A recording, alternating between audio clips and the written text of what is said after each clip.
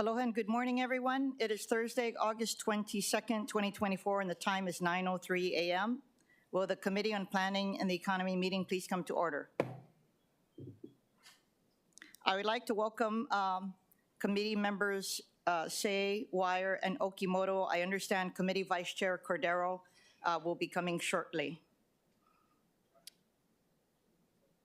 Pursuant to Hawaii Revised Statute Section 92-3.7, and of course, a welcome Councilmember Tupola. This meeting will be conducted as a remote meeting by interactive conference technology with the following procedures in effect for the meeting. Members of the public will be allowed to provide oral testimony on all items on the agenda when each item is taken up in two ways, in person in the council chamber and remote via video conference or phone.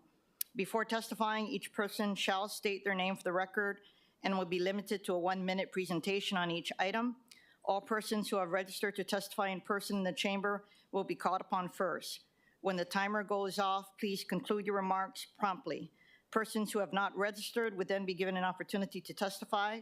Once all the in-person testifiers have testified, I will proceed to the remote testifiers. When the timer on the screen reaches 0, please conclude your remarks promptly. HRS Section 92.3.7 requires all votes at a remote meeting to be conducted by a roll call unless unanimous. Therefore, if any objections are noted, I will call for a roll call vote.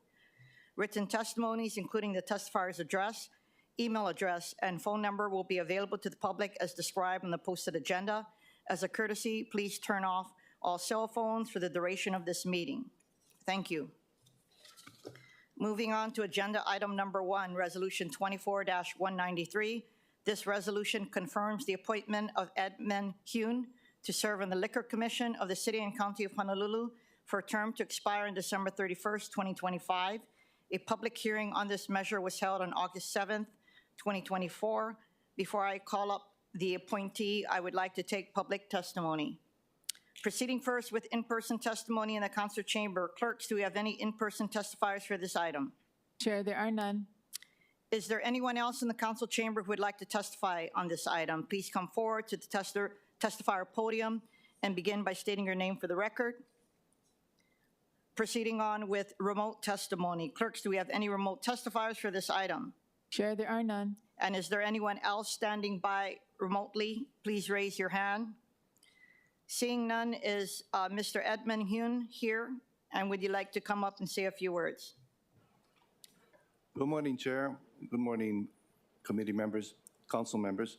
My name is Edmund Fred Hyun. I appear before you. I appreciate the opportunity to answer any questions that you may have about my appointment to the Liquor Commission. Members, do any of you have any questions for the nominee? None. First of all, Fred, thank you so much for talking with me yesterday. As you know, for the last couple of years, we have endeavored to restore public trust, not just from the general public, but also a lot of our businesses in the Liquor Commission. And I believe that the administration, the new executive director, and the new commissioners have done a good job in at least trying to create an environment where not just the staff feel uplifted, but we wanted a environment where businesses felt comfortable as well. So I just wanted to thank you for that. You know, we had a controversy with one of our recent nominees, so I just need to ask you for the record, because we have a zero tolerance policy for any abuse of any official using the authority of being a liquor commissioner. Could you commit to that you will never, ever abuse your position as being a liquor commissioner or go around waving your badge in a restaurant or a bar and saying that you're going to shut them down if they don't do this or that? No, I believe my past track record shows that I'm not of that nature or willing to abuse my authority or power. And your public service record demonstrates that. So thank you so much. The chair recommends that Resolution 24-193 be reported out for adoptions. Any objections, reservations? Hearing none, so ordered. Moving to agenda item number 2, Resolution 24-195.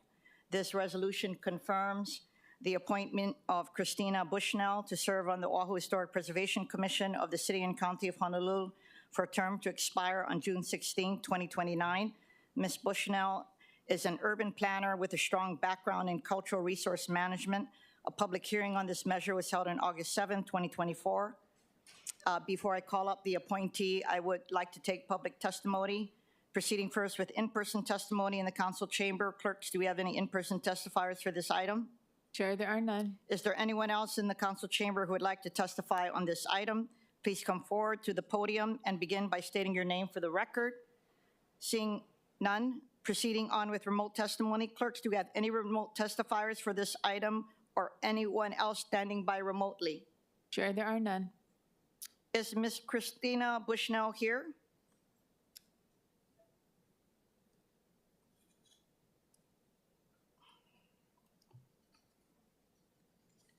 Would you like to say a few words? Sure, thank you. Again, I would be honored to be on the commission. I know that it's a relatively new commission and they're just figuring out their priorities. One of my great passions is elevating the places and stories that people of Hawaii find very valuable to them. So if there are any questions, I'd be happy to answer. Members, do you have any questions? Thank you for agreeing to serve. I actually don't have any questions because I trust that the administration in helping to kickstart this commission is doing their best to look at the diversity on the commission, and I believe that you're going to be valuable to that diversity. The chair recommends that Resolution 24-195 be reported out for adoption. Any objections, reservations? Hearing none, so ordered. Thank you. At this time, I'd like to give a shout out to Michael Catt from the Department of Planning and Permitting's Historic Planner, who is the department's liaison with the Oahu Historic Preservation Commission and was very involved in obtaining the city's certification by the National Park Service as a certified local government. Certified local governments are municipalities that have demonstrated through a certification process a commitment to local preservation and saving the past for future generations. Some of the benefits of being a certified local government are access to federal sources of funding and technical assistance. I am happy to announce that Hawaii is the first state in the nation where all of the counties are participating in the certified local government program. Thank you so much, Michael. Moving to agenda item number 3, Resolution 24-155. This resolution approves and authorizes the conveyance of the former Kalaheo Elementary School property, a vacant parcel located on Kiaʻāina Street in Kailua, Oahu, to the state of Hawaii Department of Hawaiian Homelands, in furtherance of the intent of the Hawaiian Homes Commission Act, and to honor the legacy of Prince Jonah Kuhio Kalaniana Ole, which includes his role in establishing Hawaii's counties. Members, please note that we posted on the agenda the CD1 that was approved by the committee at its meeting on July 25th, 2024, identified as OCS 2024-729. A summary of the amendments was also posted. We also posted on the agenda a proposed CD1 identified as the OCS 2024-776 that further amends the CD1 that the committee approved at its July meeting. A summary of the amendments was also posted. I will go over both CD1s in more detail when we get into discussion, if that's okay with everyone. Before I call on the administration, I would like to take public testimony. Proceeding first with in-person testimony in the council chamber. Clerks, do we have any in-person testifiers for this item? Chair, yes, we do. In-person. Who's in-person? The first testifier is David Pound.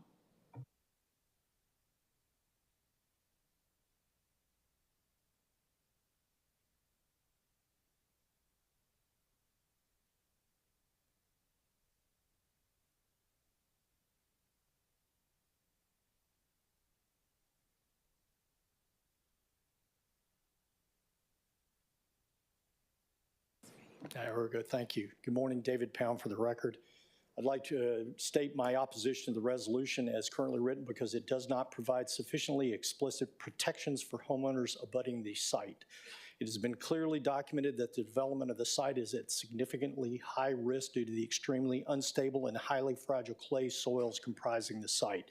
This risk must be accounted for in the final resolution. The resolution must also explicitly state that the city will not convey the site to DHHL until they both complete baseline damage assessments and thorough geologic and physical infrastructure surveys. The resolution must also stipulate that any results from due diligence or damage surveys be provided to Hillside residents and the public with sufficient time for review, comment, and further testimony. My written testimony also provides detailed recommendations for strengthening amendments I, L, and M to account for these matters, as well as preserving any overdevelopment by DHHL, excuse me, inconsistent with the character of the surrounding neighborhood. I have also provided 2 new amendments. Amendment N to stipulate DHHL's financial liability to repair damages to the existing homes resulting from any development in the site. And finally, Amendment O, if any due diligence surveys deem the site unsuitable for development or too high risk to existing homeowners, the city and DTPP should immediately rezone the parcel to preservation to prevent further attempts to develop the site. I stand by to answer any of the council or a chair's questions or Members, is there any questions? Thank you so much for your testimony. Thank you, Madam Chair. The next testifier is Judith Mick.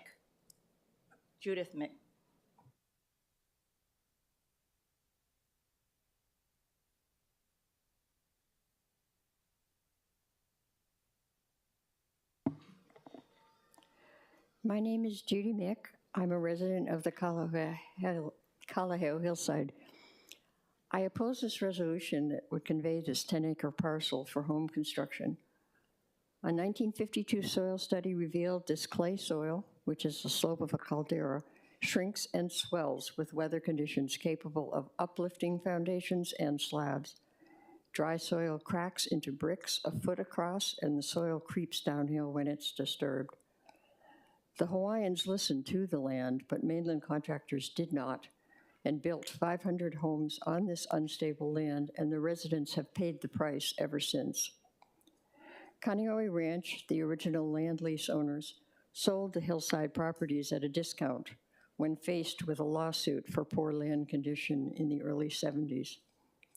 Any future construction on the hill will cause more damage to existing homes, and the new homeowners will face future damage as well. Thank you. Thank you very much. Members, any questions? The next testifier is LeGrand Pound. Welcome, Vice Chair Cordero.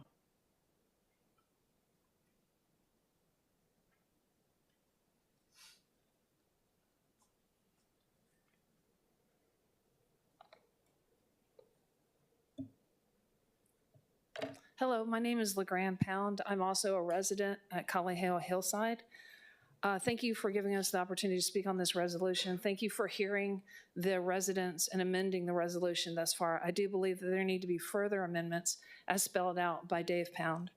My one question is this: what do we do if your soil study comes back favorable for building?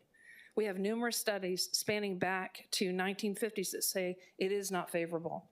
Are we to believe your scientists over the studies and our observations? In the submitted testimony, you will see that you'll see pictures of damage done to our homes because of the unsuitability of the soil. How else would you explain it? I understand wanting to do good, but my plea is to not do harm. You may notice that we're underrepresented here compared to the neighborhood meetings. The primary reason is these meetings are held at 9 o'clock on a work day, so everybody's at work. But we're hopefully making up for some of that. I would implore you to listen to the last neighborhood meeting on this topic and hear the extreme damage caused by the clay soil. Regardless, please read all of the submitted testimonies. Many are lengthy, but we have labored over them. And these are our houses. This is our life savings, and we would just ask you to take that into account. But again, my question is, what do we do if your soil study comes back and says it's favorable for building, when everything else has shown the opposite? Thank you for your testimony. Members, do you have any questions? Councilmember Wire. Sorry, and I was trying to read through the testimonies you're talking about it. Could you just tell me when you say your life savings, what are you referring to? My house. And just the impact of the soil on the house? Well, if you look through the testimonies, you'll see the pictures of cracked foundation, cracked walls. Most of our damage was before we actually had our house. If you're in our house, you'll see that there are steps that are 3 inches high, and that's because the foundation had cracked. So that's what we're most worried about. From what the studies show is that when you disturb the land, it's a geological term, I guess, called slumping, which everything downhill can be destroyed. Okay, mahalo, thank you for that. Sorry, okay. Thank you, Chair.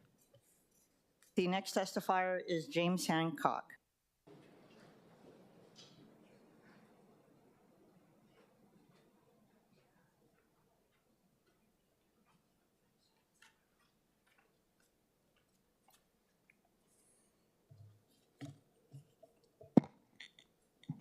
Aloha. My name is Jim Hancock. I'd like to thank Ms. Kiaʻāina for addressing the issue of Hawaiian homelands and giving me also an opportunity to speak about this particular development. I've submitted a series of submissions to this agency. It's full of information which is perhaps technical, but the simple issue is that the land up there is an unknown quantity and it needs to be checked out. I would like for this checkout to happen before the land is transferred, because once the land's transferred, the city has no obligation to whatever. It's a dangerous place. I've lived there for 15 years, and most of my neighbors and the people who replaced them and the people who replaced them have lived there a long time as well. Thank you for this opportunity, and please read what I submitted, and please check the land out before you transfer it. Thank you. Thank you, Jim. Members, any questions? If not, the next testifier is Sharon Sade.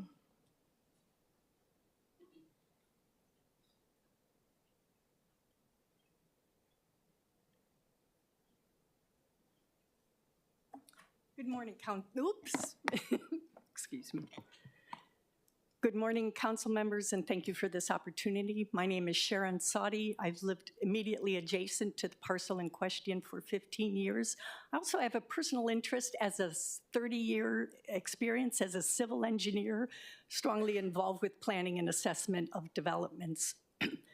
I highly condone the amendments that have made, and thank you for taking into account that you will do a preliminary engineering report as well as city and county due diligence prior to conveyance. I strongly request that you provide the public opportunity to review this, not mostly from the standpoint as we have input that I feel is very valuable.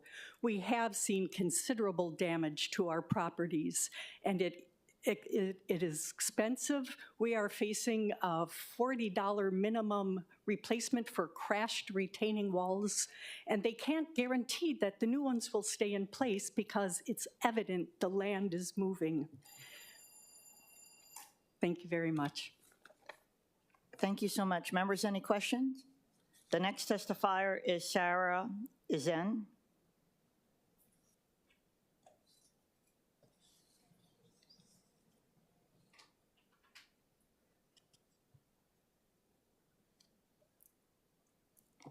Aloha kako. My name is Sarah Izen. I've been living on Kiaʻāina Street for the last 45 years. I oppose the resolution as it's currently written, but I do thank Chair Kiaʻāina for introducing the amendments that you have since the last Kailua Neighborhood Board meeting. We need to have our concerns taken very seriously, and also there will be trouble for the people living in those houses up there if this development is built. So it's a good idea, but this is not the place for it. It could be very, very dangerous and very, very damaging.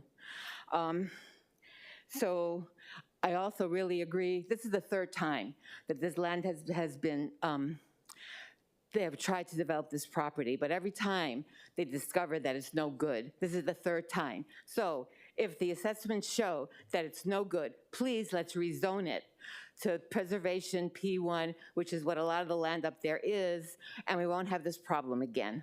Thank you so much. Thank you, Sarah. Members, any questions? Sarah, you actually raised a good point with regard to the future, because I have to tell you, I would not have let that linger. And I could assure you that depending on the outcome, and if it's deemed unsuitable, then we would have to work collectively on what type of future you would want for that land. So thank you so much. Thank you. I appreciate that very much. I am going to, well, first off, I'm sorry. Is there anyone else in the council chamber who would like to testify on this item? Please come forward to the testifier podium and begin by stating your name for the record. Seeing none, proceeding on with remote testimony. Clerks, do we have any remote testifiers for this item? Chair, yes, we do. The first testifier remotely is Mr. Corbett Kalama. Chair, testifier has not logged on. Do we have Mr. Bill Hicks? Chair, he's not logged on either. Do we have Mr. Evan Weber? Yes, Chair. Mr. Weber, please proceed. Aloha, mai kako. Apologies that I can't be there with you all in person today. My name is Evan Weber. I am here testifying in a personal capacity, but I am an elected member of the neighborhood board. I first want to thank the residents for coming out and continuing, even on a work day, to make your voices heard. And I also want to thank Chair Kiaʻāina for her thoughtful listening and the amendments to this resolution that were provided. I just want to say, again, in a personal capacity today, that I do support this resolution as amended. I think that it is reflective of many of the concerns that we have heard from the community. But I do encourage you today to continue to listening to those concerns of the community. And I just wanted to say that I think the idea of Department of Hawaiian Homelands in Kailua is critical, important, and exciting. And should this land not be suitable, I hope that we will consider other opportunities for DHHL lands in Kailua. Mahalo for my time and yours. Thank you so much for your testimony, Mr. Weber. I would look forward to you and others identifying suitable property in Kailua if this is deemed unsuitable. Members, any questions for Mr. Weber? If not, we're moving to Jason Garrett. Can you hear me? Yes, we can. Please proceed. Ladies and gentlemen, I'm Jason Garrett, and I'm opposed to this resolution as written. This proposed development will be built directly beside my house. We deal with these issues related to the shifting ground on the hillside constantly, and I can tell you the building on this hill would be a disservice to the already established residents, as well as the Native Hawaiians you have in mind for this development, unless the resolution is edited. For one, it should be edited to read that this community will be built to standards necessary for durability on the unstable ground on this hillside. We can't build it to the proposed relaxed standards. No amount of bolstering the terrain will prevent homes built to relaxed standards to survive over decades. Affordable housing shouldn't mean substandard housing. Build the housing to the right standards. And for Amendment L, we need to make sure due diligence is conducted. All stakeholders need to know the facts about this land in sufficient detail so that the best plans can be made.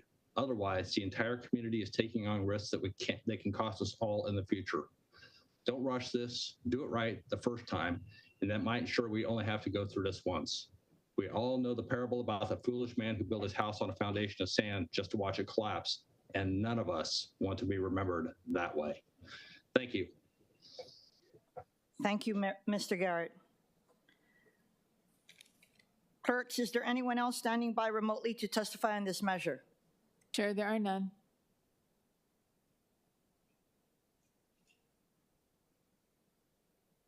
So are all of those on remotely standing by for Bill 64? Yes, Chair, but I If do anyone, see. if anyone would like to testify on this measure, could you please raise your hand? Chun James, would you like to testify? This is on Resolution 24-151. Right. Not the 64, right? No. Yeah. Is anyone else standing by remotely to testify? Please raise your hand. Otherwise, we're going to move forward. Okay, thank you so much. Members, by way of background, the Kalaheo property in question is a vacant surplus parcel acquired from the Kalaheo Ranch Company in 1961 for the construction of a school that the state ultimately decided not to build because there were ample elementary schools in the area. The Kalaheo property is a 10.038 acre vacant parcel located on Iliaina Street in Kailua, owned by the city in fee, Zone R 7.5 Residential District and P1 Restricted Preservation District, has a 2024 assessed value of $10,455,000 and is identified as tax map key 44033-018. The property has been vacant since the city took ownership, and it has been slated for disposal for decades. In 2025, council members introduced Resolution 15-169 to market the property and Resolution 15-170 to sell the property by sealed bidding, but the council did not take action on either measure. We now have a unique and historic opportunity to fulfill our responsibility to dispose of this surplus city property and to help the state and federal governments fulfill their trust responsibility to the Native Hawaiian community through the Department of Hawaiian Homelands and the Hawaiian Homes Commission Act. Many of you know that the state's trust responsibility to create housing opportunities for Native Hawaiians is a constitutional mandate established through incorporation of the Federal Hawaiian Homes Commission Act into the state constitution at the time of statehood as a condition of statehood. The day-to-day work to fulfill this trust responsibility is mainly done by the Department of Hawaiian Homelands, which currently manages over 200,000 acres of land. But the local, state, and federal governments all have important kuleana in this space.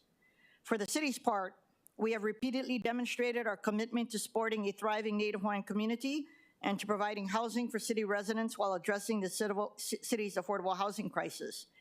It is in this spirit that Resolution 24-151 would approve and authorize the conveyance of the surplus Kalaheo property to the Department of Hawaiian Homelands to develop single-family homesteads consistent with the character and scale of the current homes in the surrounding residential community. This conveyance of city real property would serve an important public purpose by putting the long vacant surplus Kalaheo property to productive use, furthering the intent of the Hawaiian Homes Commission Act and the legacy of its author, Prince Kohio, providing housing for the city's residents while addressing the city's affordable housing crisis, and reducing the city's liability and maintenance costs for the Kalaheo property. As we previously noted at our meeting on July 25th, the committee approved the proposed CD1 version of the resolution that makes the following amendments. It restructures the transaction to consist of a gift conveyance to the Kalaheo property to the Department of Hawaiian Homelands, except for portions to be designated as roadways for which the city will retain ownership. We anticipate that in addition to constructing and maintaining the roadways, the city will make infrastructure improvements that run under the roadways, such as for the city's wastewater system. References Departmental Communication 557-2024 from the Director of Budget and Fiscal Services provides a description of the Kalaheo property, a determination that the Kalaheo property is surplus property, and a recommendation with the concurrence of the Corporation Council that the Kalaheo property, except for the portions of the property to be designated as roadways, be transferred by gift to the Department of Hawaiian Homelands for the purpose of providing Native Hawaiians with homesteads. It deletes all provisions relating to the cancellation of drainage easements A, E, F, and V. Acquiring new easements and building new stormwater collection and diversion systems may be cost prohibitive. The city may be willing to retain its drainage easements and maintain the stormwater collection and diversion systems, but this would be contingent upon and subject to a cost analysis. Since the drainage easements are not located on the Kalaheo property, and since details and other information about the scope and capacity of the required stormwater system will not be available until after The preliminary engineering report has been prepared to gather data regarding utility and infrastructure availability, topography, soils, physical constraints, and access restrictions, and other pertinent information. This matter should be addressed and taken up separately at a later date. And finally, the departmental communication replaces the previous exhibits with a new A map that provides a clearer depiction of the Kalaheo property. Members, the revised proposed CD1 that was posted to the agenda on August 16, 2024, would further amend the CD1 that the committee approved at its July meeting. For your reference, the changes are highlighted in yellow on the summary sheet. The posted revised CD1 amends certain whereas clauses to clarify that the conveyance of the Kalaheo site to the DHHL for the development of affordable single-family homes consistent with the character of the surrounding neighborhood serves a public purpose and is in the interest of the residents of Oahu. It provides that the DHHL will need to conduct due diligence prior to the conveyance to determine the suitability of the Kalaheo site for the proposed development, including preparation of a preliminary engineering report detailing utility and infrastructure availability, topography, soils, physical constraints, and access restrictions, and other pertinent information, and provide that the city will also need to conduct its own due diligence prior to the conveyance, including evaluation of the potential impacts of the proposed development to the surrounding neighborhood, such as impacts to traffic and infrastructure, as well as a survey of any existing soil-related damage to the homes abutting the Kalaheo site.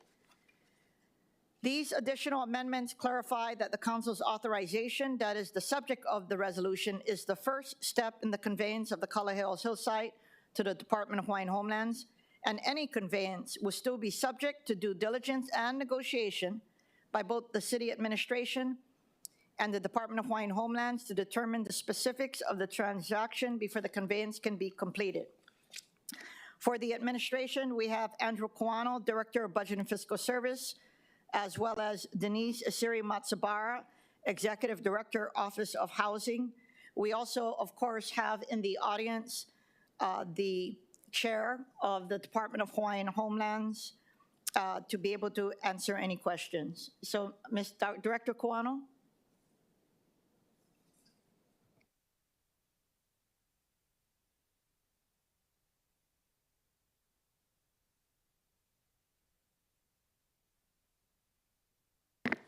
Good morning, Committee Chair Kiaʻāina, Honorable Council members, Andy Kawano, Director of Budget and Fiscal Services.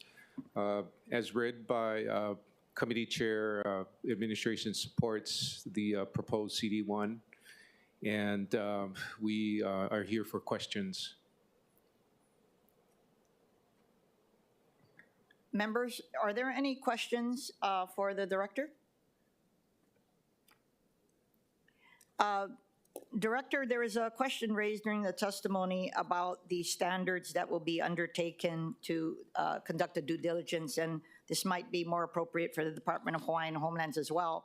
But since the city will be conducting its own due diligence as well, can you just explain the type of standards that will be undertaken or the due diligence that undertaken so that we could share it with not just the council members here, but the general public? Well, typically, you know, I would be the one after all of the due diligence is done to sign the deed to do the transfer. But we will work with our Department of Construction and Design to actually do the due diligence after reviewing DHHL's report, because they're doing their study before proceeding and having meetings with public. So we'll be doing that. And then working with DDC to determine the appropriate scope of the work that has to be done with regard to the city's due diligence. The work will be done in accordance with all of our standards that we typically follow with regard to soil analysis and pre-construction assessments with regard to property that's typically acquired, but in this case, we're going to do it for property that we're going to be transferring. Sure, but Director, and I don't know if the Director of Housing could further elaborate, but The amended version says that the city will conduct due diligence on the potential impacts, so not just on the development. Because of the concerns of the neighbors, they clearly, given their history, they're worried about the impacts to their neighborhood. So it says, evaluate the potential impacts of the proposed development to the surrounding neighborhood, such as impacts to traffic and infrastructure, as well as survey of any existing soil-related damage to the homes abutting the Kalaheo hillside. So while I can appreciate DDC being part of it, I would assume you'd have to work with the Board of Water Supply, the Department of Planning and Permitting, and the Department of Transportation Services, and any other relevant city agencies. I would include environmental services as well. Okay. Yes, because we're going to be putting in infrastructure for the development. And we actually DFM, because we're going to have to take a look at those stormwater easements as well and assess the costs to maintain them. Okay, I just want to make sure that it will be an interagency level. It will have to be. Okay, okay. Yeah. Director Matsubara, did you want to add anything?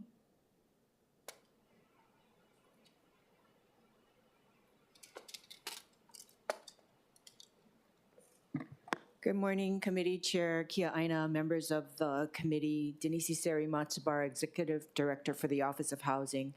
I just want to stress that we strongly support this resolution and that you already went over, we're in a housing crisis.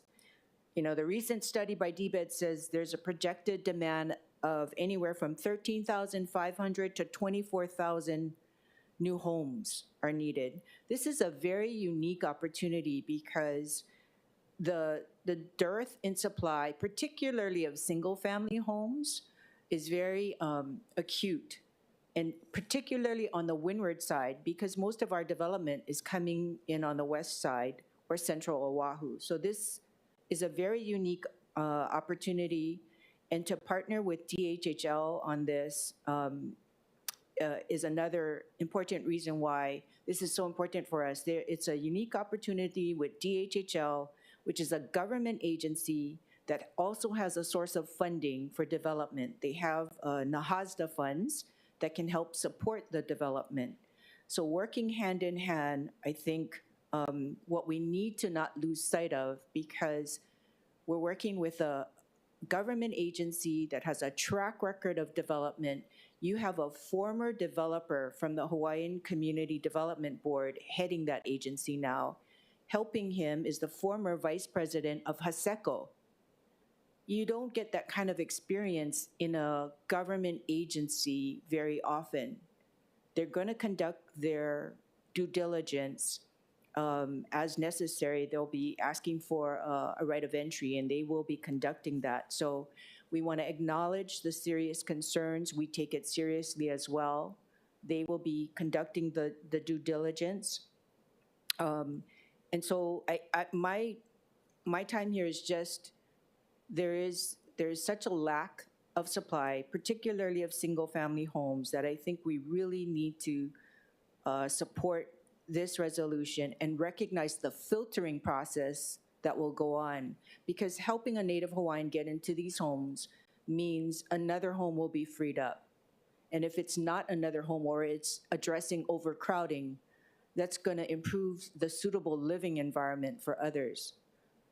So that's what I have to say. Thank you very much for the opportunity. Thank you. Members, any questions? Councilmember Se'i. I would like to ask the Director of Budget and Fiscal Services.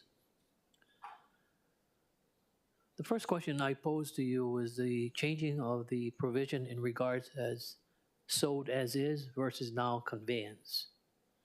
What caused the decision to change it sold as is to what we have as an amendment, conveyance? There's no amount that will be given to the city in regards to the property. What's the policy? That's what I want to know. From sold as is to now it's going to be conveyed to DHHL. So that's number one. Number two, after these past 4 years being here as a council member, isn't it the role and responsibility as far as what we're stating for the record here in the resolution is the requirement and conditions for the developer to do all of this. We're going to be adding in sewer lines, stormwater drains. Don't we get any credit for that, the city and county of Honolulu, for development? These are issues that I have because we are not the developer. We are just an agency, we are just a county that's conveying this property free to DHHL, which I agree. But the other major concern at the end of this authorization, if it does occur, I'll ask the question to Mr. Watson because it's for Mr. Watson and DHHL. I apologize.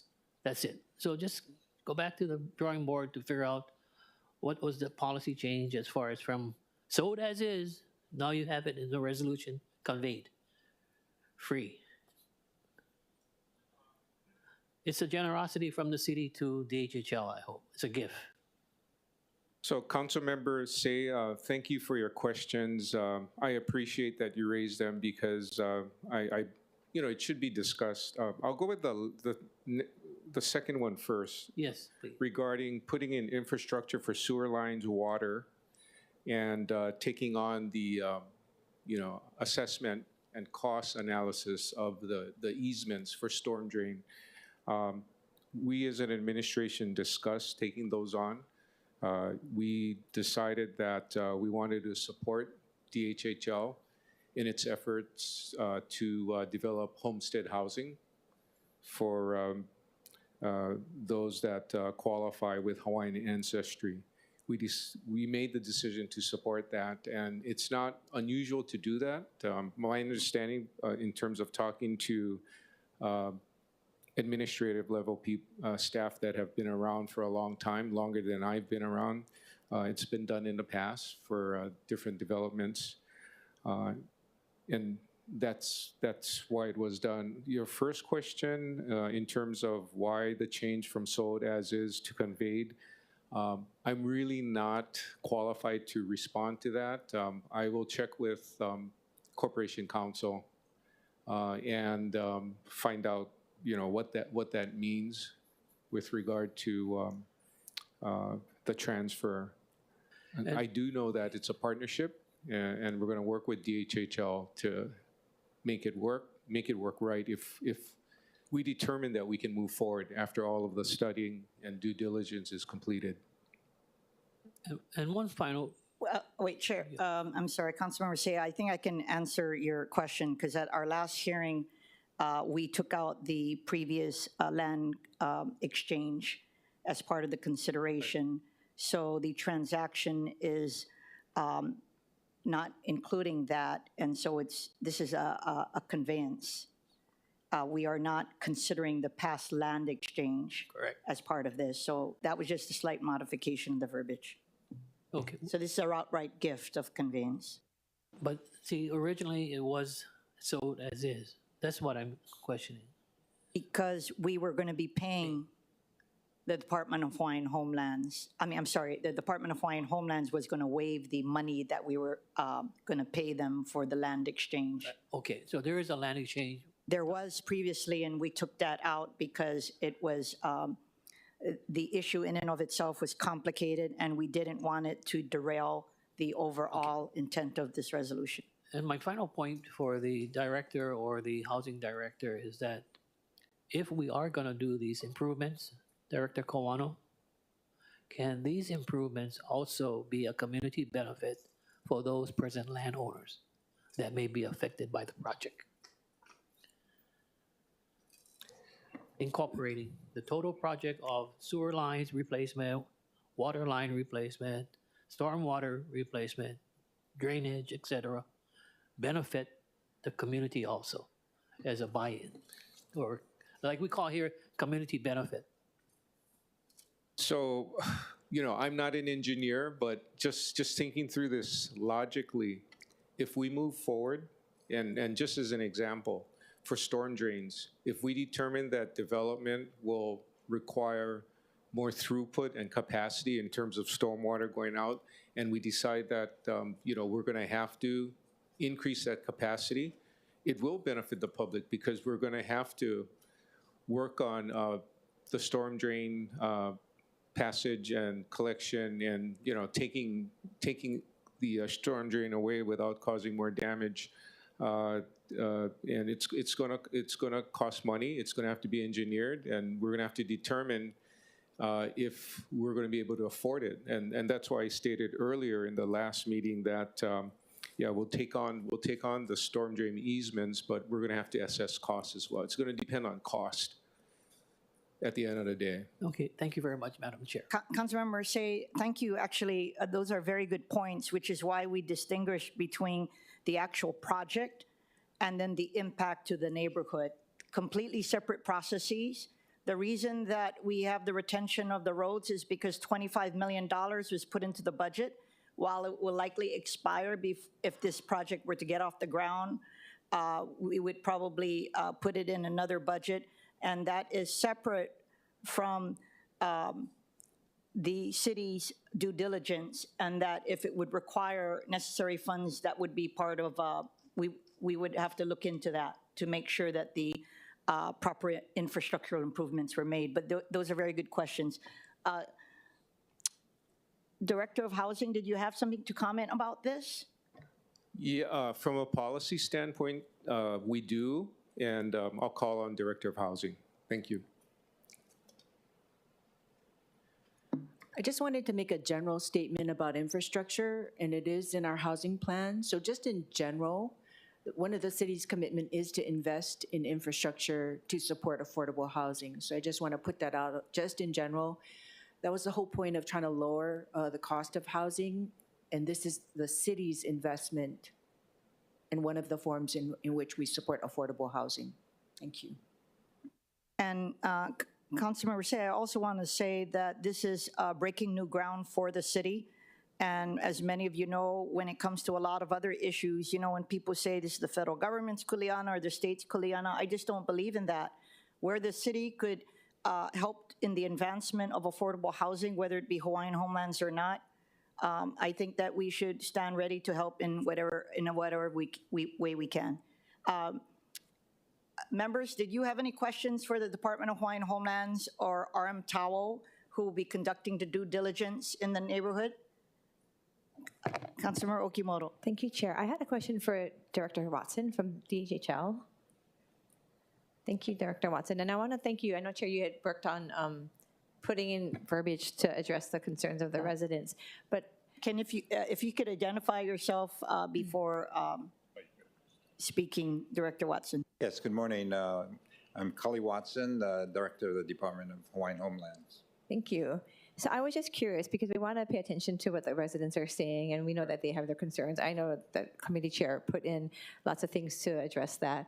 But what if we go through, I wanted to know what the department's stance is. What's the plan if we go through and through surveying, it's deemed that it's not stable, the ground isn't able to do what we had thought, which is to provide homes. What was the department's plan? And to what extent is the risk that you guys are willing to take? And what happens if it's, if it's deemed suitable, definitely we want to continue, but what if not, after the conveyance and everything is transferred? Well, let me just say that one of the major things in the consideration of this acquisition, and I'd also like to, thank you folks for, as well as Chair Kiaʻāina for considering this to help our program by this conveyance. But the main thing in carrying out our fiduciary responsibility to our beneficiaries is to make sure that we build houses in a safe and in an area that is suitable. I've heard the concerns of the existing people that live there, and I'm very concerned about that. It's not something that we are going to ignore. So we also have to do our due diligence, just like the city. So it's a two-way street before we will move forward on this. So we are prepared to bring in our consultants that have the expertise and understanding of this kind of situation and whether it's resolvable. And,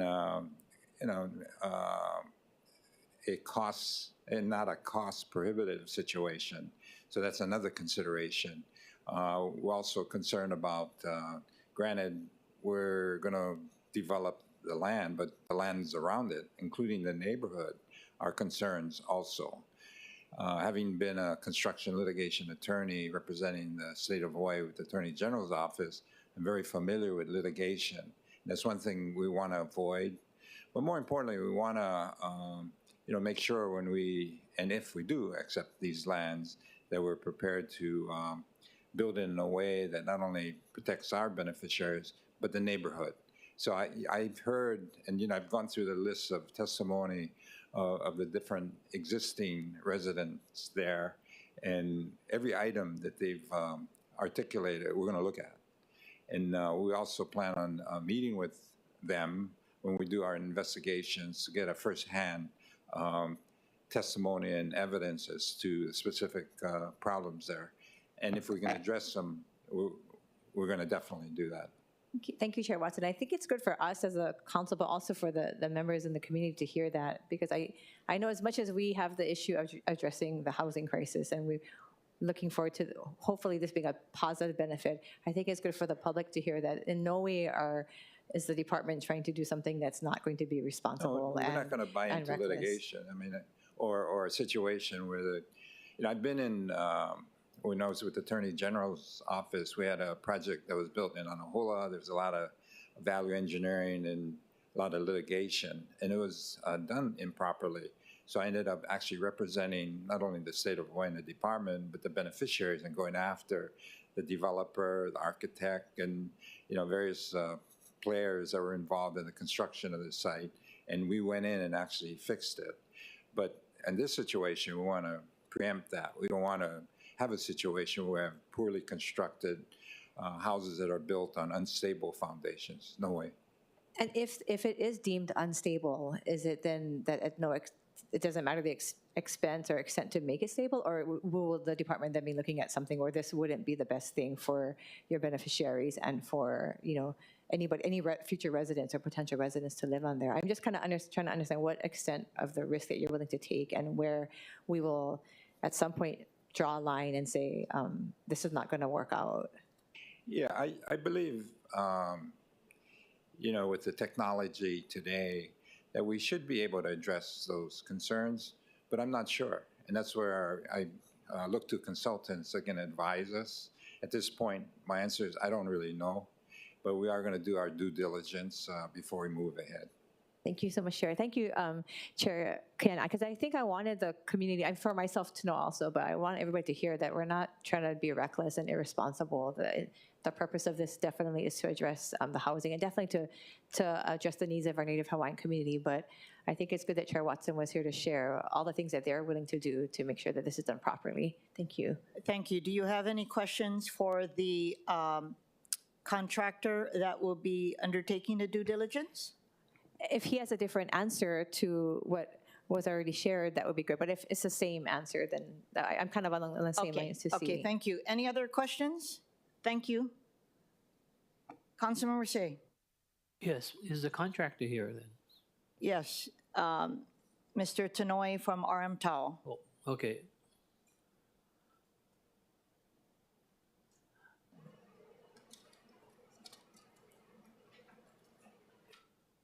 Good morning, Mr. Tanoi. Aloha. Good morning, council members. David Tanoi with RM Tao Corporation. We're the consultants that's been retained by, and we're on hold right now, but we've been retained by the DHHL to conduct the topographic survey as well as a preliminary engineering report for the project site. Okay, the question would be the topographic survey. Is just the topography, or you're going to be doing borings? Because this particular topic, Madam Chair, reminds me of the Waimau slide, which cost this county over $30-something million today in trying to address it. So for the residents who testified, I would like to know, what is slumping? Well, that's part of the preliminary engineering report. We do have a geotechnical consultant working under us that's on hold too, but they were planning to do boring so we can get an updated soil report. Okay. And if the soil report reflects that slumping is occurring because of the composition of the fill or the land itself, would you, I don't know, maybe I can't say this, ask this question, but what happens in that case with the technology that we may have today to address that? Well, this part of the geotechnical report will improve, understanding what the intent is for the project will give its recommendation. And so that, I guess, part of the suitability of the site also includes the feasibility side of it from the city or DHHL. Because, as we know, you can probably engineer a problem out of anything, but it's just how much you're willing to spend. Okay. Yeah, and whether the suitability. So, we'll get the recommendation of the geotechnical consultant, and it may be like removing the top 3 feet of topsoil, replacing that, working with retaining walls and stuff like that. So, but at a certain point, whether it's feasible to move forward with the development might be the question that everybody has to look at after.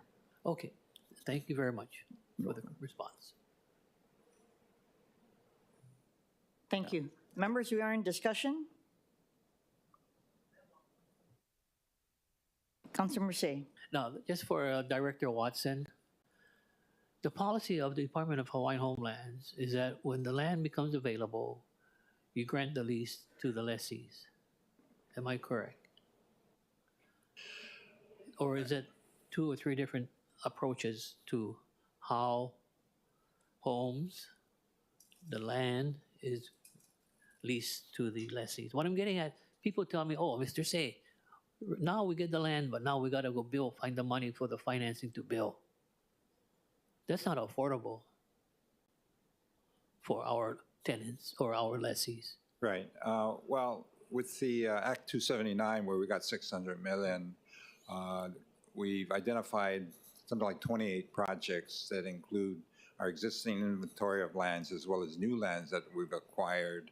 So with regard to the issuance of the leases, we are going to embark on I wouldn't call it a new approach, but an approach where as long as we have a project kind of laid out and we have a clear idea of how many units or homesteads we're going to develop, we're going to, in trying to address the issue of people dying on the wait list without a homestead lease, and thereby, especially if their heirs are 25% Hawaiian, they lose out. So one of the things we're doing to address that is to issue the lease up front for the different projects. So we're in the next couple of years, we're looking at issuing something like 6,000 leases involving 28 different projects, which would probably include this one too, assuming we move forward. One of the things we've done in the past is just wait till the thing is built. People have had to pre-qualify. And so what's invariably happened is a lot of people were bypassed because they couldn't afford the mortgage, which can be pretty substantial. So we've pivoted and created other types of approaches, such as working with Habitat for Humanity, just finishing the lot, doing an owner-builder. We've started to embark on this slide tech with option to purchase, involving low-income housing tax credits along with HHFTC funding. We've also done that standard turnkey approach, but we've also subsidized and bought the interest down using federal funds to make these units more available. So we've, the idea there is to avoid bypassing anybody on the wait list, but more importantly, getting the leases out for specific projects that we have on the books. Okay. Madam Chair, I wanted to just say thank you very much, Director, for showing up to the council meetings. Thank you for the opportunity to testify. May I just say this? A lot of times, there's no state representation at these particular hearings, which really, really makes it very difficult for us to make some decisions. Like the other day, we had 2 or 3 different issues on the table, and nobody from the state was here to respond to those particular questions. But I want to say thank you very much for your appearance here. Well, I'd like to thank the council for considering this possibility of doing a historic thing. I mean, this is one of the few times that a county council has thought about transferring lands to the department. Normally, we're stuck with all this opala, very undevelopable lands, preservation lands. is very, very costly. So this opportunity is not only historic, but, you know, and I have to say to the members of the neighborhood, we'd like to be, you know, good neighbors, become a part of the neighborhood, and we're not looking at building multi-units or high-rise or anything like this. We would build them so that they fit into the community. Same size, nice homes on stable foundations that would not have an adverse impact on the surrounding neighborhood. Thank you, Director Watson, and thank you, Councilmember Say. I also appreciate that he's here, and I think it's a testament that despite the fact that this is a smaller project comparatively to all of their other projects, given the unique circumstances here and the concerns raised by the community, it's a testament that he wanted to be here to be able to hear what they had to say and to share any information or answer any questions that people had. So thank you so much. Members, if there are no other further discussion, the chair recommends that Resolution 24-155 be amended to the posted proposed CD1 identified as OCS 2024-0776. Any objections, reservations? Hearing none, the resolution is amended to the CD1. The chair then recommends that Resolution 24-151, CD1, be reported out for adoption. Any objections, reservations? Hearing none, so ordered. At this point in time, before we move on to Bill 64, I'm going to be taking a 5-minute break. Thank you.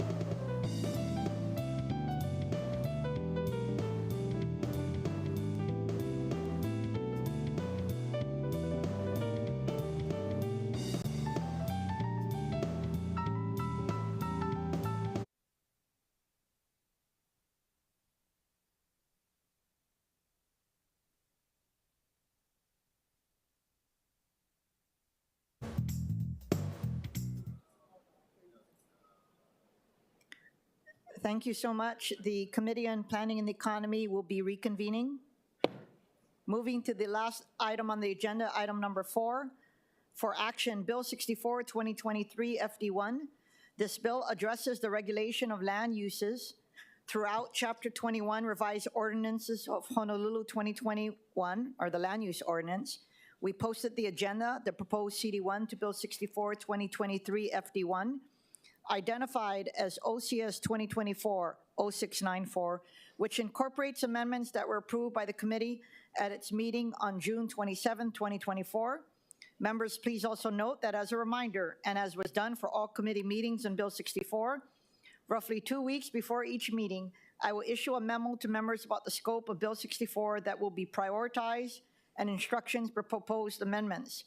As I mentioned, and as detailed in Council Communication 209-2024 and the posted agenda, at today's meeting, I am prioritizing amendments relating to agricultural uses under the crop production, livestock keeping, and agricultural support use subcategories.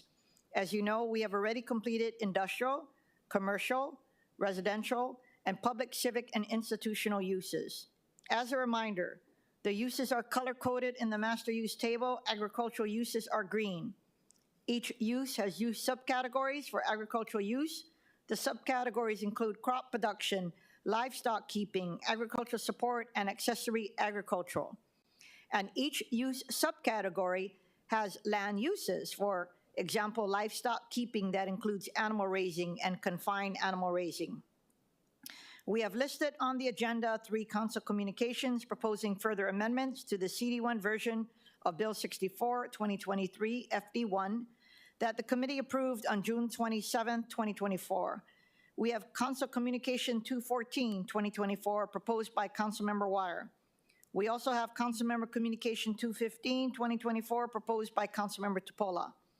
I have filed Council Communications 225, 2024, and 224, 2024, with my recommendation for each line item in Councilmember Wire and Councilmember Tupola's proposal, respectively. Note that some of the proposals were for uses that fall under the accessory agricultural subcategory, which we'll address at the Planning and the Economy meeting in September. So we will not be focusing our discussion today on those proposals. Some of the proposed amendments to uses that fall under agricultural subcategories that we are considering today were addressed in my proposed amendments, although maybe not in the same manner. Other proposed amendments relate to commercial or residential uses, which we will address at a future Planning and the Economy Committee meeting when the focus will be on miscellaneous uses and cleanup provisions. If it's okay, I will ask Councilmember Wire and Councilmember Tupola to comment on their proposed amendments when we get to the relevant uses. My proposed amendments can be found in Council Communication 217, 2024. These amendments would amend certain definitions to differentiate between agricultural uses and others similar but different uses in the commercial or industrial use categories. For example, the confined animal raising use versus the animal care use.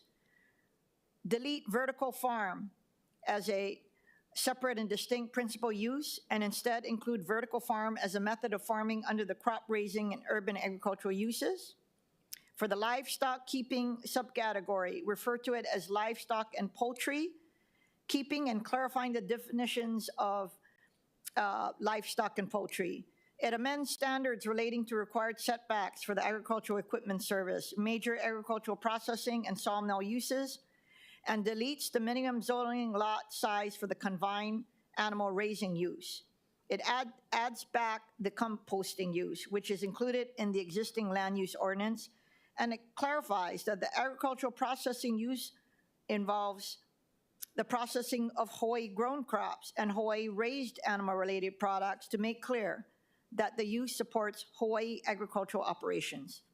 I will go over these in more detail when we get to discussion, if that's okay with the members.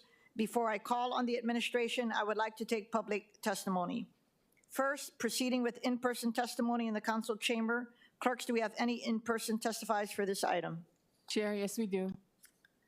The first testifier is Mr. Greg Smith.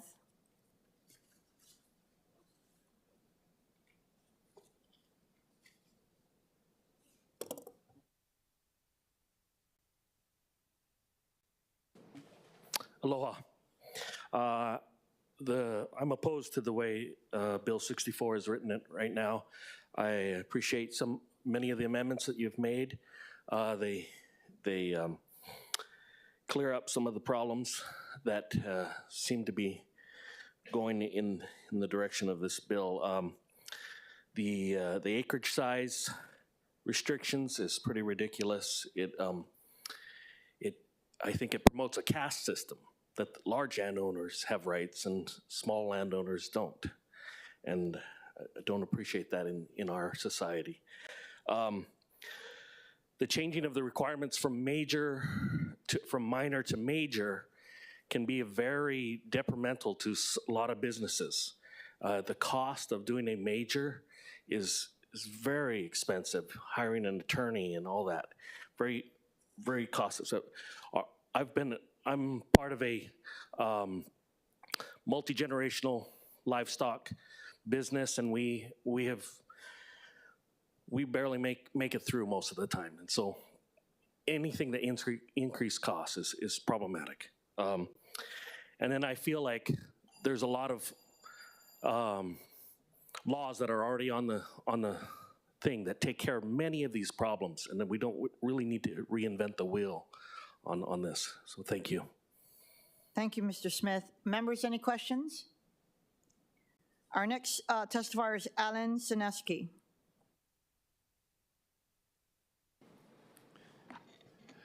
Good morning, council members. My name is Alan Sineski. I've lived on Oahu for 45 years. I raised meat rabbits. They're our primary meat source. It's not a business. I'd like to tell you the reasons why we do it. First is health. I'm 66 years old, no meds, no health conditions. I attribute that to a healthy diet. 2, food security. We live on an island community. 85 to 90% of the food is imported. We should be promoting food, not trying to reduce. 3rd, inflation. Anyone that's been in a grocery store recognizes that food from a few years ago is expensive. We can still afford to eat. 4th, the type of people that you're targeting, it's farmers. Farmers are hardworking, they're productive, they produce healthy products, they enjoy what they do, and they're not bothering anybody. 5th, the Aina. Animals produce manure. Manure goes back to the land and provides for healthy microbial soil activity. Thank you. Thank you for your testimony. Members, any questions? Thank you. The next testifier is Katie Metzger.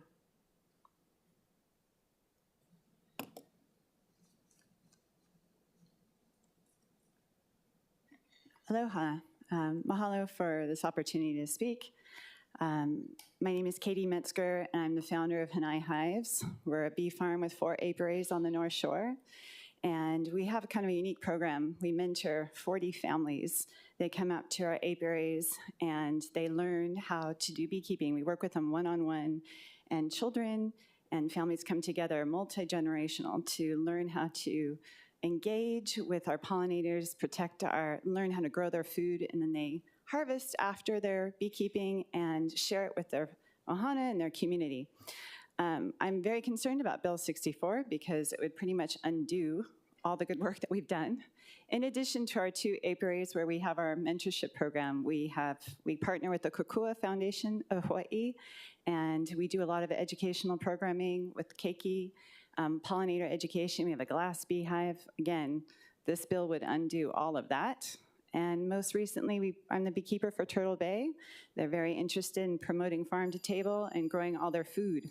Bill 64 would undo all of that work. I want to mahalo Councilmember Matt Wire for taking our feedback and submitting it, the amendments. We just want the beekeeping to be moved from an accessory agricultural component to move to livestock, to be consistent with USDA, and remove the restrictions that would have many, many unintended consequences, negative consequences, and maintain the setbacks. Mahalo. Thank you for your testimony. And Ms. Metzger, as well as for anybody who's going to be testifying on beekeeping, you're probably on our notification email list, but that is not the scope of this hearing.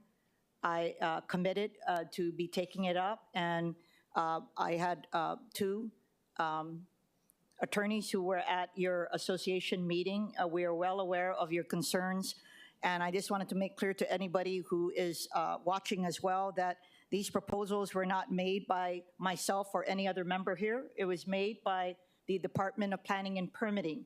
All members, some of our members already have submitted comments, which I will be taking into account at the next committee, and I will be making my own. But I appreciate you guys taking your time. I know you're busy. We hear you, and we are going to be making amendments. The next testifier is Micah Munikata.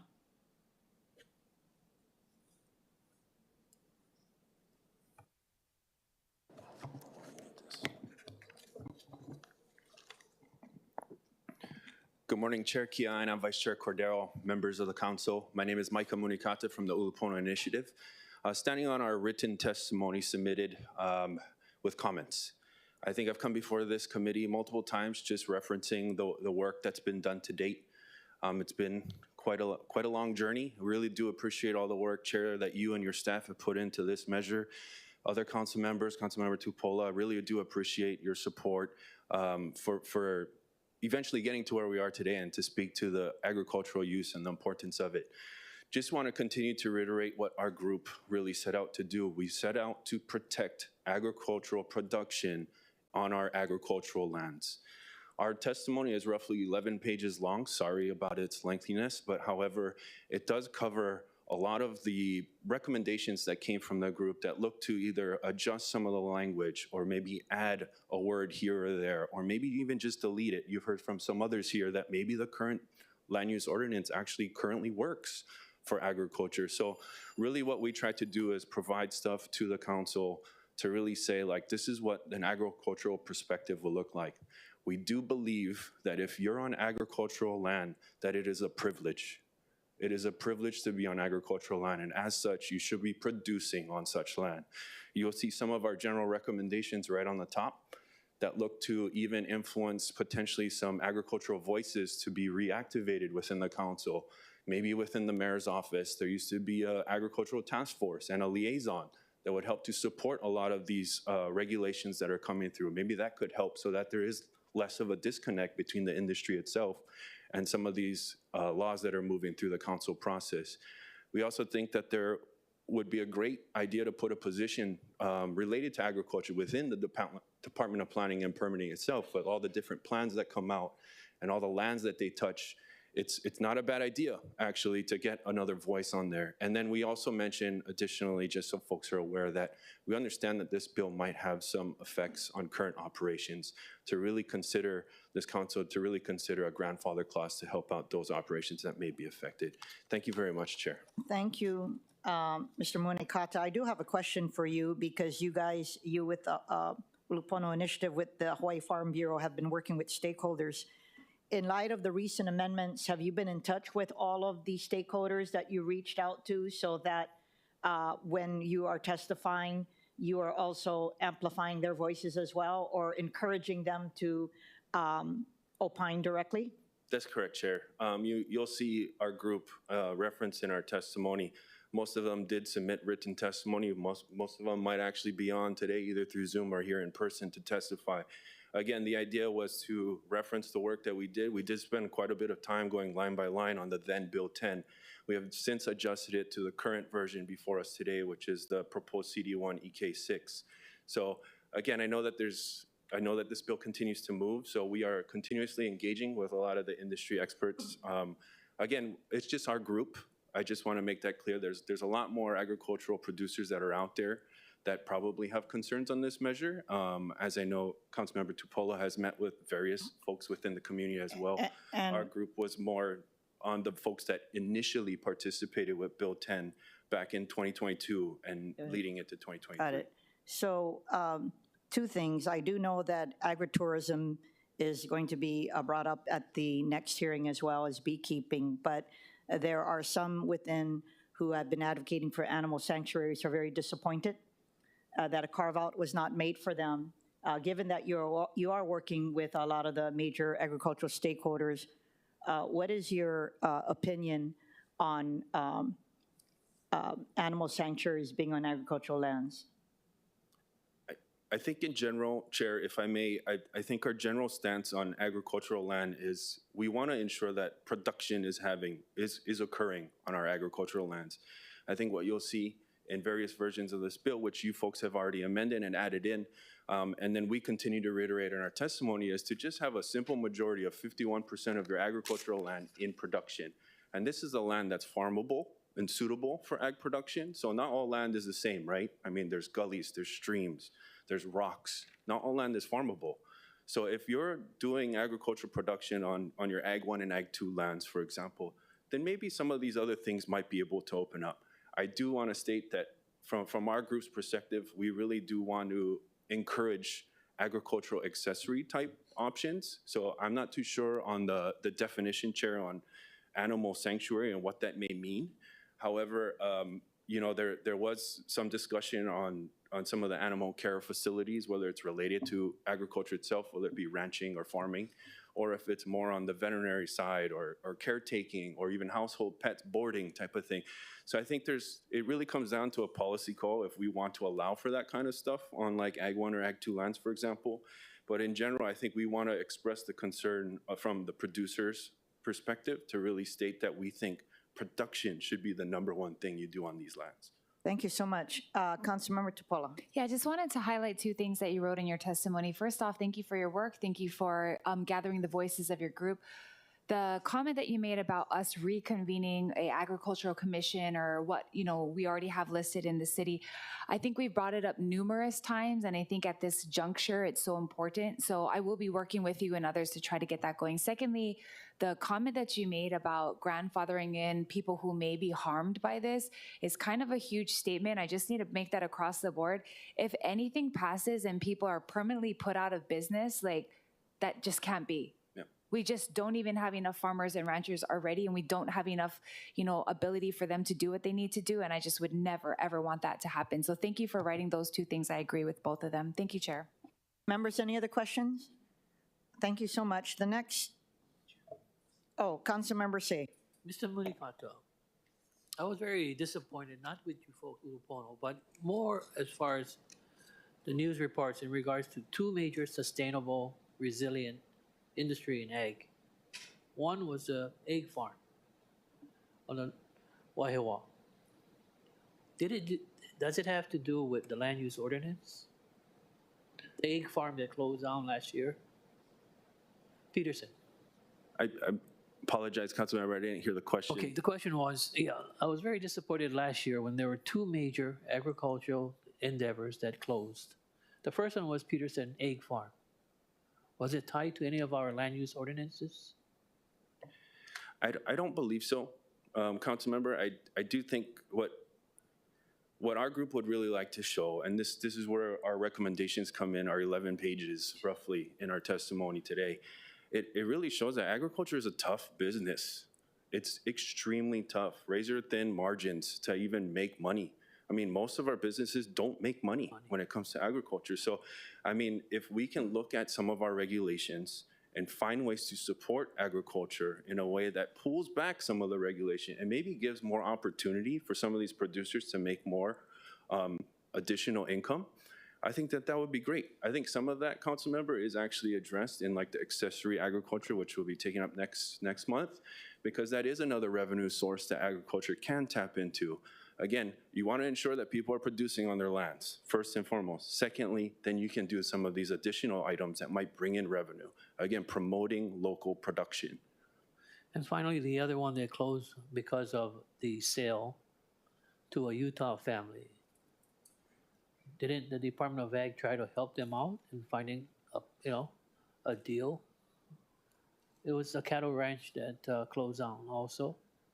And here we're talking about resiliency, sustainability, and an egg farm that now the price of egg is so high.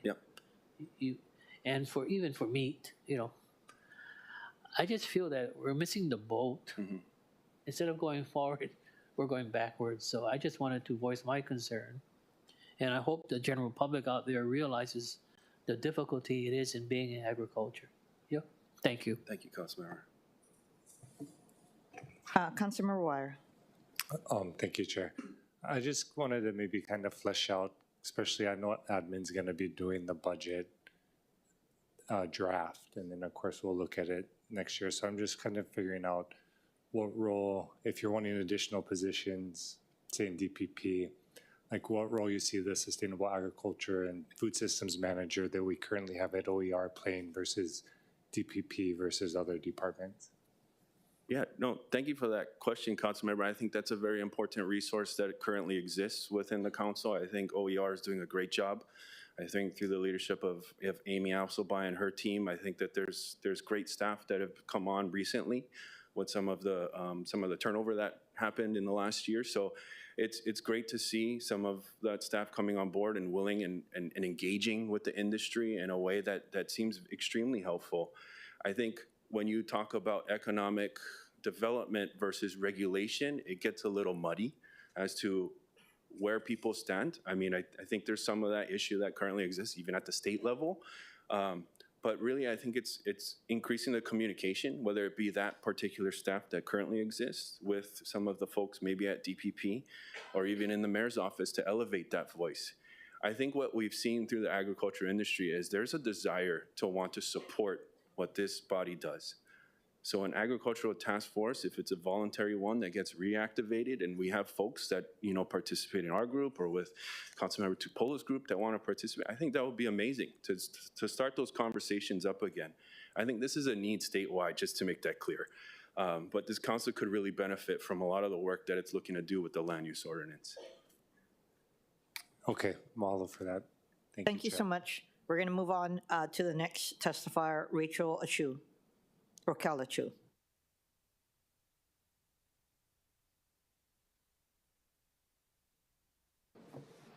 Good morning. Thank you, Chair Kiaʻāina and committee members.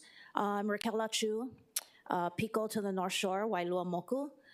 I am Vice Chair of the North Shore Neighborhood Board and Chair of the Agricultural Committee, but I'm here today in front of you as a 25-year rancher and farmer. I've been very active and very appreciative to Councilmember Wire and Tupola with their interactions with us on these amendments. First off, I'm just gonna rattle through these really quick in consideration of time. The 3-acre lot minimum, I don't believe is very supportive of ag. I don't think we need a minimum acreage. We're already zoned ag, so we're required to comply with those regulations. The 51% production, technically, in my opinion, should be more to ensure the integrity of the space and the production. However, we do need to put thought into the people that are not commercial farmers and ranchers and are doing it for self-sustenance. So they're not in a real heavy capacity farmer. Let's see, as we get into agritourism next month, we have a lot to say on that. But we also have, with our dwellings, this is a huge issue on the North Shore.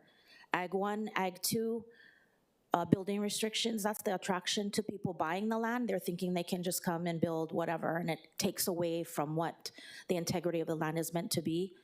As we move forward, I know I met and spoke with Councilmember Tupola on one of her amendments in item number 7 in the uses with the tours and the motorized vehicles.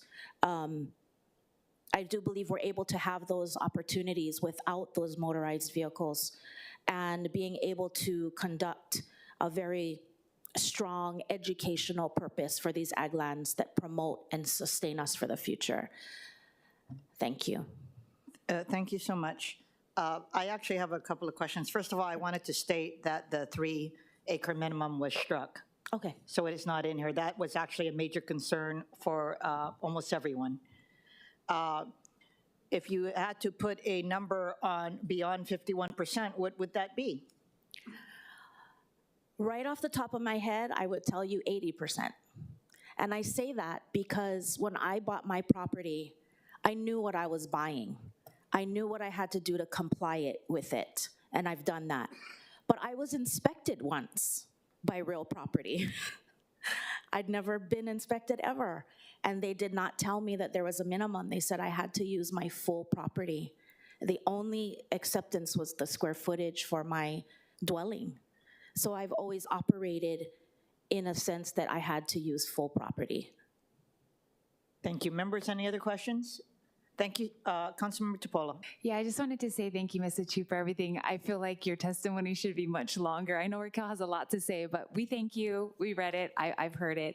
I think, you know, for the agritourism, we can definitely dive into that next month, but definitely for the contribution that you've made to gather your little group in your neighborhood board and your committee, I just wanted to say thank you. Thank you. Thank you, Chair. Thank you. Councilmember Wire. I did have one quick question, and appreciate you coming down. And I just bring it up because I think it's something I'm going to be wrestling with through the next couple of committees too, is how do we strike that balance of, we're wanting to, like you said, ensure folks are using it for ag, but then acknowledging, especially for Kupunara folks that are retiring, we don't want to convert them into non-conforming uses with their farm dwellings. And so I know you kind of brought it up a little bit, but just welcome more input to inform the committee's discussion as we have it over the next couple months. So what I've seen with a couple of different, it's not real popular, but as they get older, I mean, they own their land. They are zoned ag. So as they get older and they aren't able to produce themselves anymore, or the family's moved on, the kids have left, I've seen farmers actually rent out or lease their space, a significant amount of their space, to other farmers to come and continue the use of that space. Mahalo for that input. Thank you, Chair. Thank you. Thank you so much. Thank you. The next testifier is Mickey Blackstead.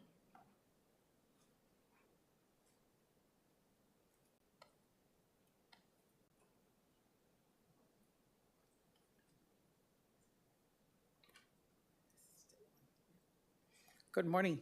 Thank you. My name is Mickey Blackstead. I am a broker owner with Mickey B. Realty, and I'm testifying here on 64 to vote no. I sent out a letter, but I'm not sure everybody got it, but there was 4 reasons. I just want to go over the 4 reasons.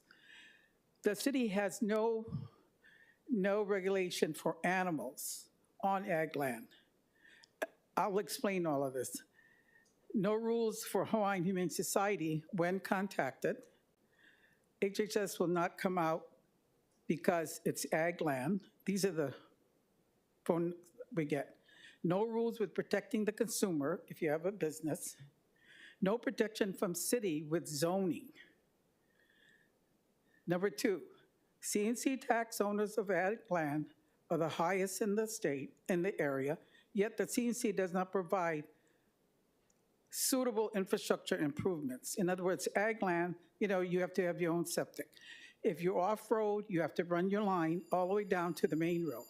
If you have to do your electric, they have to do. The ingress or road, ingress and egress, the city does not provide. If you're on dirt road, unless you're right off of the road. Otherwise, but they pay taxes. As a result, I just want to go back to my client that had to go to court because he bought the 2 acres in the back as Ag 2, had his business license, has 80 dogs, puts them in a cage, cry all night because they don't let them out to exercise because they can't withhold them, sells the dogs online for $5,000 each. She went through the process, called the cops, called everybody, nobody came because it's ag land. This is what the public is hearing. Because you have ag land, you like free for all. I'm not saying they don't, but they're not following the zoning to begin with.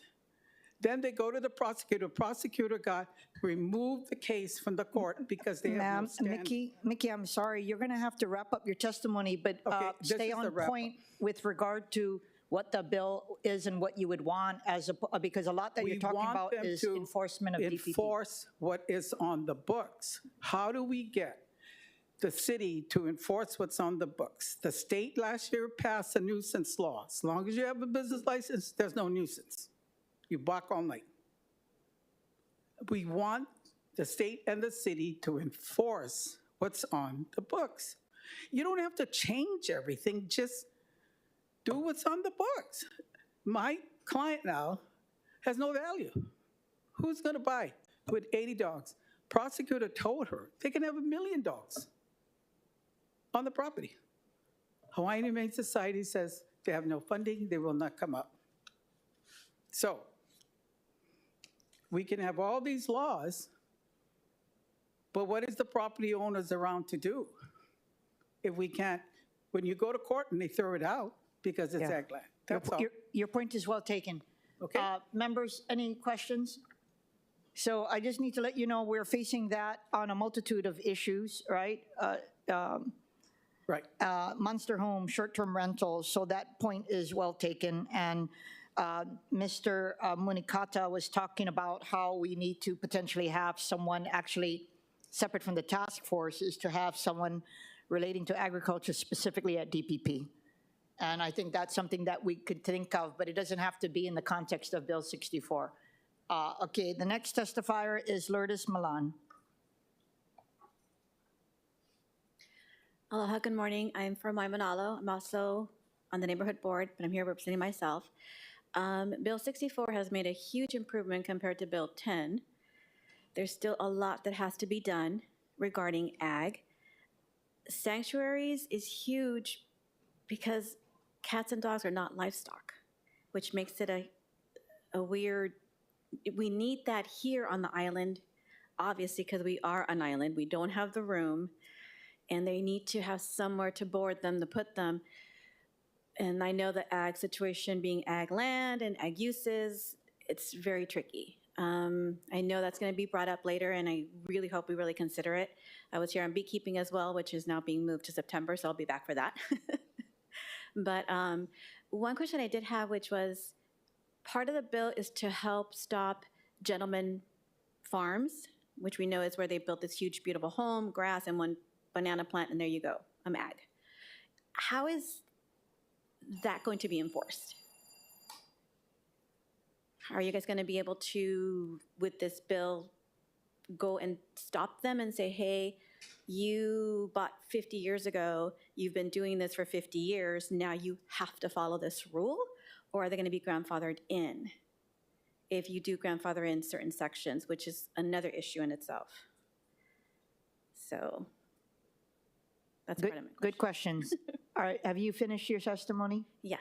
Good questions, actually. So enforcement seems to be a common theme. And so mind you, we have the real property tax folks that go out there to make sure that people are utilizing their property. And then you also have the, I think DPP, we need to think about the long-term and the capacity for them to be able to enforce the laws that you guys have articulated today, and any additional requirements that will come under Bill 64. Members, if there's no questions for Ms. Malan, I'm going to go to Brian Miyamoto.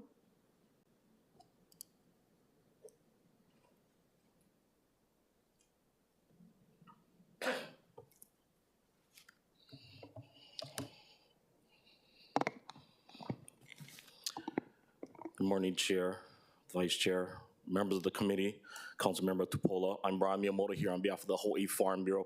You have a written testimony, and our testimony, along with many other stakeholders that have been before the committees and the council, have submitted similar testimonies. So I'll highlight just a couple of things. I wanted to start off by saying, first of all, we're at a crossroads here. Do we really want ag? Does the city and county of Honolulu want ag? And as you can see from the testifiers before me, agriculture is so diverse. There's so many different point of views, so many challenges. One farmer and rancher is not the same as the other. But we agree with what Mr. Munikata said. Agriculture production, or our position is ag production needs to be the primary activity on ag land, period. We've gone from 51%, 75%, we've heard 80% today. Again, this goes back to having some expertise within the city, and I'll highlight that on some of our recommendations. We do support other permissible uses, other activities, value added, ag tourism, right? But they are accessory and secondary. Let me be clear. If we want agriculture, we need that ag production. So again, we were part of that group. Mr. Miyamoto, because you represent the Farm Bureau, I'm actually going to ask some questions so that you could further elaborate on your testimony if you Sure, Chair. won't mind. Yes, so why don't you, because similar to Mr. Munikata, you guys have been in the trenches, so why don't you articulate some of the concerns that have been raised by the various stakeholders to supplement your current testimony? Okay, so some of the concerns have been addressed by this body, so we do appreciate that. The different amendments, the different versions, and we think we're getting to land use regulations that may work. Now, understand, you guys have a Herculean task. Farmers and ranchers don't like regulations. We really don't. But there needs to be some guardrails. You heard the previous speaker talk about gentleman farms. So I think this is trying to address that, and we support that 100%. The recommendations that Mr. Munikata and you see others in our group, reinstate the Ag Task Force. So thank you for this body for not dissolving the Ag Task Force. So it has an opportunity for the Ag Task Force to come back, which will provide guidance and input to the council. The Ag Liaison, I understand in OER we do have that position. The Ag Liaison in the former OED I think is critical. Maybe that Ag Liaison could be part of DPP so we can get 2 in 1, right? Having some expertise in agriculture I think is critical if we really want solid land use regulations for the farmers that support farmers and ranchers. And then you've heard it brought up, grandfathering. The last thing we want to do, we're not the biggest fans of grandfathering, I'll be honest. Ag land's for ag. But there are folks who've been there multi-generational. We don't want to have adverse impacts to those. In our testimony, you have, as we're talking about today, Chair, some of the things, and you did bring up some of the issues such as Hawaii-grown crops, not restricted on-site cultivation. The state legislature did make that change in Chapter 205. We believe that all Hawaii crops should be allowed, so thank you for that. We do ask that sheep be included in animal raising, right? Sheep, especially with our agrivoltaic and our renewable energy push on ag land, we'd like to have sheep there. We're looking at a small animal slaughterhouse being built in the next few years. But again, we need sound land use regulations. I know beekeeping is on the next one, but even that beekeeping on ag land, there should be no restrictions. It should be a permitted use. So I know we're going to talk about things like that, Chair, we can answer any questions. There's some other questions that some of the members had asked of Mr. Munikata. I'm happy to answer any questions, but we do appreciate the work. There's been a lot of changes. I think there's still work that needs to be done, again, with the goal of supporting true agriculture. I think the challenge we're going to have is defining and determining what is bona fide agriculture and what is our true ag policy here in the city and county of Honolulu. Thank you so much, and I do look forward now that we have this hearing today and the proposed amendments to a follow-up meeting with you directly with my staff. And of course, you can meet with any of the other members prior to the next hearing as well. I was told that sheep was actually added, but I am also taking to heart all of your recommendations in preparation for the next hearing. And then, of course, I think I would like to meet with you prior to the next hearing. Members, do you have any questions for him? Councilmember Cordero. Thank you. Mr. Miyamoto, thank you very much for your testimony. I'm sure you saw my head nodding. I fully agree with a lot of what you're saying and the sentiments that you are uplifting from the groups that you work with.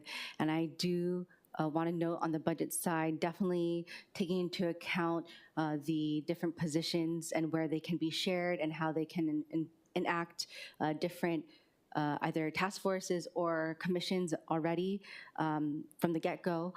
And, you know, we see with GIA, Grants and Aids Commission, whether it be BFS shared with Department of Community Services, that's something that we should, that as budget chair, I would like to look into shared costs as opposed to starting up a new position in different departments because our government's already strapped for positions anyway. Thank you. Thank you, Vice Chair. And the Ag Task Force is a voluntary entity.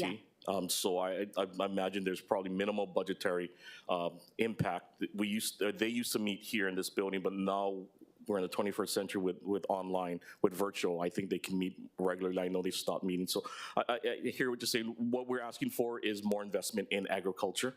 And as Mr. Munikata said, ultimately it's a policy decision by you folks on how to make that investment.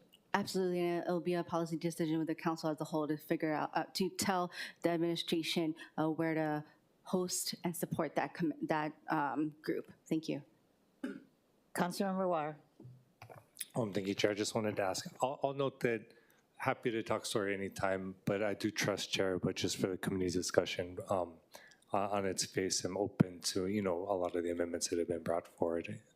And so just wanted to ask if you could flesh out for discussion, because I know you and then also Micah had mentioned the grandfathering in, right? And so just could you share a little bit about your perspective? Specifically, it was in reference to adverse impacts on the land, but just wanted to hear a little bit more about that. Thank you, council member. I know it's not practical, but almost should be a case-by-case basis. I can't grandfather everything. If something is just egregious, we absolutely don't want to do it, but we do understand that there are producers out there that's been on the land for generations and doing what they believe is the right thing. And so that's where that position comes from. I think it does need to be flushed out, but we didn't want to just say, okay, well, this is a new LUO, this is it. If you are not in compliance, you are out. There's no recourse, there's nothing for you to do. So case by case may not be practical, but it does need to be addressed, and the stakeholder group wanted to bring that up. That did come up, and you can even hear today, it does come up. The last thing we want to do is impact. As much as we've tried to define what bona fide ag is, we've struggled at the state level, at the different county levels, because it doesn't always pass the eye test. You have a legitimate farmer who may not, based on what's black and white in statute in LUO, may not. So there needs to be some discretion, and that's where we come in with the grandfather. We don't want to have an adverse impact. Again, egregious, out. They should be. Appreciate that. Thank you, Chair. Any other members? Thank you so much. The next testifier is Adam Lee. Good morning, everybody. First, I want to thank everybody. I know everybody has spent so much time on Bill 10, Bill 64, and the reason is because of the format. So that's what I want to focus on today. Because we could amend things till the end of time. You'll never know what you're actually voting on with the current format. The proposal is to completely scrap the existing LUO, which I'm an expert at the LUO. I'm happy to dive as deep as you want to. The LUO as it is very good. It's efficient. There's things that could be added, amended, but it should all be done on a red line to be totally transparent and let people know this is what's being added, deleted, changed, combined. How is anybody supposed to look at two separate master tables that have no reference to each other, no red line? Do we really expect every person in the professional industry, from architect to engineers, to look at this side by side and understand that single family dwellings now single family unit and livestock production is now livestock confined? We don't need to change names. The format is going to cause utter chaos, and it already is doing that within your own staffs. You don't know what you're voting on because it's buried all deep within new definitions. And like, for example, grazing just disappeared. Kennels disappeared. Where did it go? Does anybody know? Where's vacation cabins? Where's vacation cabins? I'll tell you where it is. It's in nature-based recreation under standards being hidden to allow one vacation cabin per acre. So if we're serious about agriculture, why are we proposing, and why has it passed so many readings to allow vacation cabins, one per acre? So if I have 500 acres of ag land, I can put 500 cabins. Do you think I'm going to want to grow anything at that point? Do you think that somebody won't come in and value that land for vacation rental money now?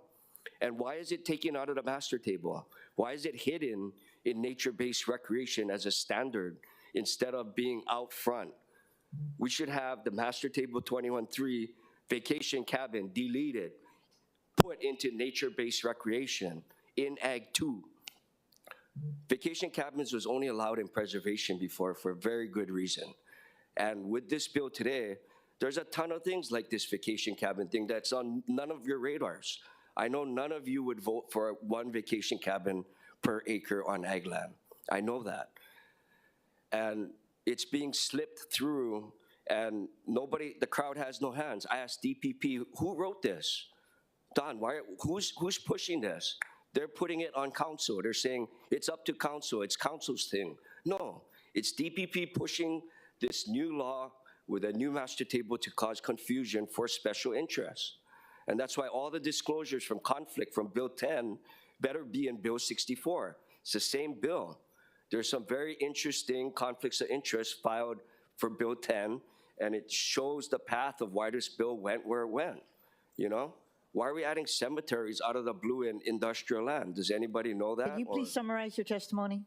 Yeah, my summary is that nobody knows what they're voting on, and you shouldn't feel pressured to vote if you don't know what you're voting on. And the fact that vacation cabins and other things like kennels, do you want kennels in preservation land? No, but that's what it is now, because it's hidden inside livestock, and now livestock's allowed. Are we going to allow livestock production on preservation land now? Nobody wants that. So I'm saying the solution, because I'm solution-oriented, I spent probably 150 hours looking side by side. I know every single thing that was changed and deleted and where it got hidden or combined. DPP should, as a responsibility to us as a community and council as representing us, a red line version so we can have a significant and meaningful conversation around each issue. Each issue is worth talking about. Kennels, it may not seem like a big thing. You have kennels in preservation, it becomes a big thing, you know? And so, me personally, I'm a farmer in Wailua. I'm born and raised in Oahu, but I'm also a developer. I have understanding on both sides. I would never sell out Hawaii. Please wrap up your testimony. Don't pass this, because you don't know what you're voting on, and it's impossible for you to vote on something that you don't know, and it's because of the format. It's not because of your lack of effort or the meetings or the times or your openness to amend. We cannot amend this thing. We need to know what is being changed. There's nobody at the DPP who can administer this. The LUPD land division is already stretched. You call them up and say, where was this? What was deleted? You think they'll ever get back to you?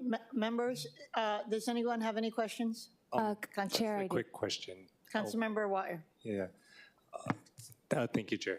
I just appreciate the testimony and the sentiment and the conversations we've had. And I know we litigated in committee when we had Bill 10, right? Just the challenges that the council was facing without a red line. And I think, you know, given that it is, you know, a bill that's moving sections around and kind of trying to update the land use ordinance, right? And came through DPP and the Planning Commission, came to us. I appreciate that Vice Chair hasn't been moving it out, right? So each month has been a conversation, and then once it comes back to committee, of course, we'll continue talking about it.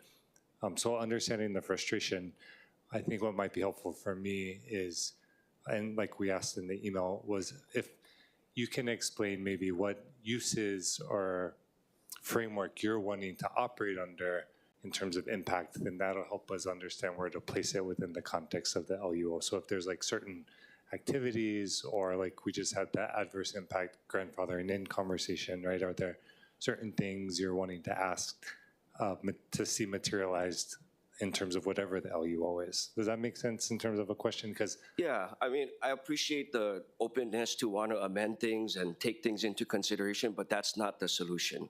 You know, the solution has always been to redline and keep it very clear what was being changed. So like, where's roadside stand? Where's farm stand? Now you have to be a conditional major in order to run any agribusiness. Agribusiness got completely deleted. I mean, why would we even delete that and replace it with agritourism, I guess? But they're two separate things. So we put 30 years into agribusiness, and somebody makes a lavender farm, you come to the farm, they make tea. That's a great use of ag and accessory added value. We shouldn't be pushing agritourism over agribusiness.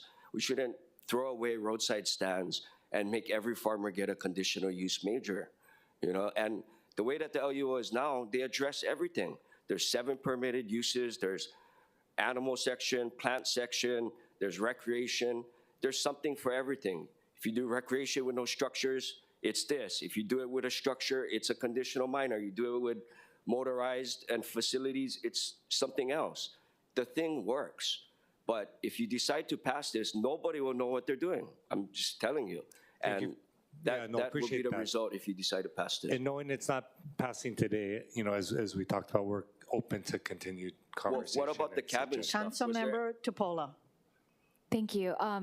Yeah, thank you, Mr. Lee, for being here. I appreciate all your sentiment. I don't disagree with the red line. I really wanted that for Bill 10 too, because it was hard to find what the new definitions were referring to because they looked similar, but they were different. I will say that in the amendments that I submitted, that I did strike out the nature-based recreation entire definition. And if that's going to be discussed next month, so I won't talk about it in depth, but I do think that the length of it and how much is in it was kind of atrocious because I don't really know where it came from. And of course it had the cabins in it. So, you know, I had suggested that we put it back to the original definition. But long story short, I think, you know, in the groups that I've convened last week, we convened 88 people. Last year I did 110. I think when we went through it, we were able to flesh it out. And I think, you know, Chair Kiaʻāina has the discretion on how she wants to proceed. I wish it could have proceeded with a red line. I really did, because then it would have been easier to understand.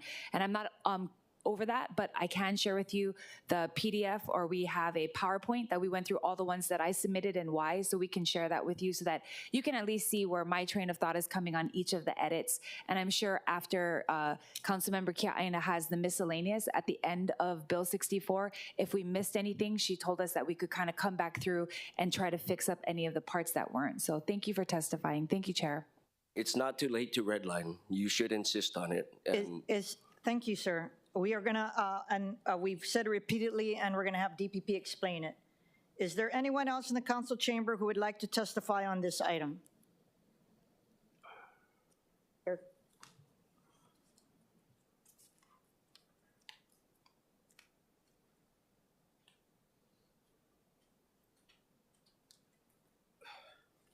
Hi, folks. My name is Max Towie. Currently, I would say that I oppose Bill 10, Bill 64, simply because of the language on beekeeping. Now, I know we said that we're going to talk about that later, but this is a career-ending bill for me. I've been beekeeping since I was 17 years old. That means that all that is gone. It would be over. So it's really important for me to come here, you know, to let you folks know that this is a really meaningful thing for us. And, you know, I can't stay for too much longer because I got to go farmer's market, but you know, yeah, please work on that language. I would say for me, if it mirrored the Hawaii revised statutes, that'd be fine. I think a lot of the stuff that we have on beekeeping works really well, but the present setbacks, I just don't understand them, and I don't feel that they're justified. Thank you for actually taking the time. And as I said, it's going to be dealt with at the next hearing. I think that all of you have been effective advocates for your cause, so it's not, it's well noted. Okay, thank you so much. Thank you.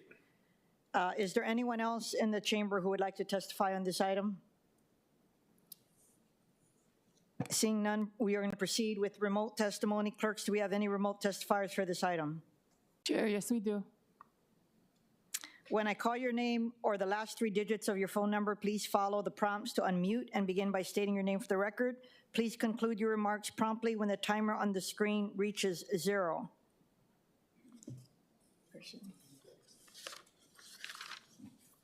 The first testifier remotely is Tom Halawak. Aloha kako, Chair Kiaʻāina, members Wire, Tupola, and all others. Mahalo for this opportunity.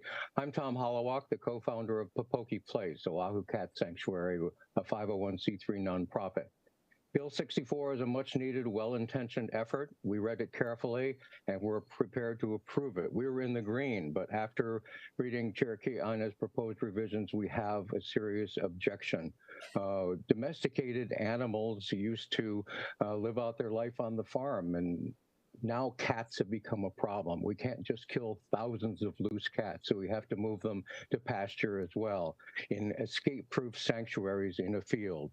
The Lanai Cat Sanctuary is a good example of this. Section 2110 contained modifications that said animal raising, and it said the term may include boarding and care of domestic animals. That was good for us. Last year's additions to it moved us into the red commercial category. We're not a commercial enterprise, do not have customers, don't charge any fees to keep relocated feral cats. We don't believe that we belong in the same category as kennels, which are indeed a commercial personal service. So thank you for your time, and I'm available for questions and clarifications. Members, are there any questions? Thank you so much. The next testifier is Lindsay Ching.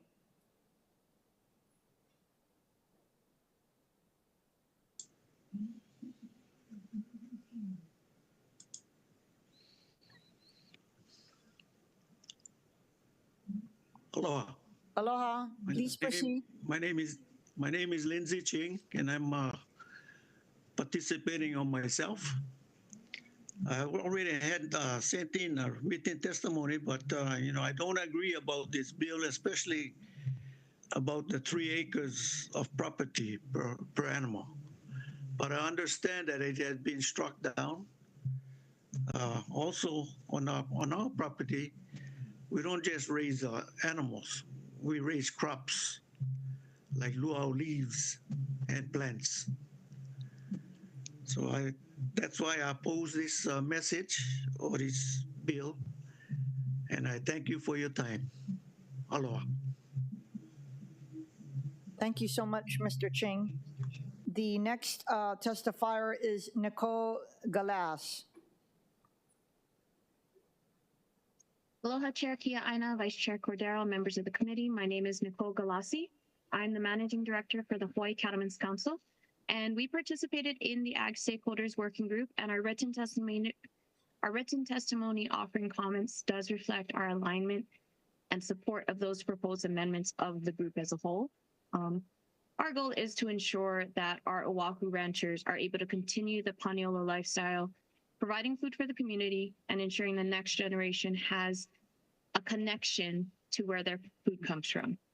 This is increasingly more difficult in Oahu, and we ask you to seriously consider those proposed amendments and keep ag lands and ag families in production.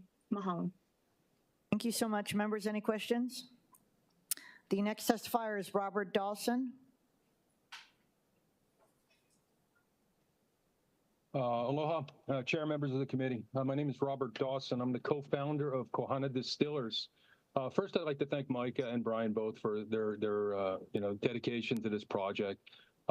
We fully support the recommendations both of them have put forward. I've been part of that group since Bill 10 with them as well. But today, I just want to focus specifically on the aspects that directly affect our business. In 2011, we started the rum distillery. It started as a farm. We leased a little quarter-acre lot, my business partner Jason Brand and I, to cultivate native Hawaiian sugarcane. Today, we have over 200 acres of sugarcane in 3 locations in Wailua, Kunia, and Haleiwa, with the hopes to grow to as much as 500 or 800 acres in the course of the next year. We set up our operations in Kunia at the old Del Monte plantation general store and the area around it, and we're given an ag minor use permit for the distillation of rum made from sugarcane that we grow. Today, we employ a staff of 30 people, 12 full-time farmers. We're fully dedicated to sustainable farm-to-bottle production of rum. The current bill, as it stands, would eliminate or change, or it doesn't even include anything, saying that the distillation of alcohol made from locally grown crops is an allowable use. So we would literally have to move the distillery, which of course would end our production and our growth. And like I said, we're fully committed to actual ag on ag land. We're, I think, the largest cane grower in the state now, and I know that sounds silly at 200 and something acres compared to the good old days, I guess, when you had tens of thousands. But we intend to continue and growing this enterprise, and with your support, we are hoping we can have a bill that we can all get behind. And lastly, I know I'm out of time here. I just would also advocate for production that's allowable in a distillery like ours to actually use Hawaiian crops and have some sort of requirements. In this case, we're suggesting that 51% of the alcohol made be distilled from locally grown crops, excluding water. Your average alcohol product, it could have 60% in the bottle, could be water, and you could call it a Hawaiian product because you're just using water in your alcohol. We just want to ensure that we support local farmers and preserve the authenticity of Hawaii-made products and what we do.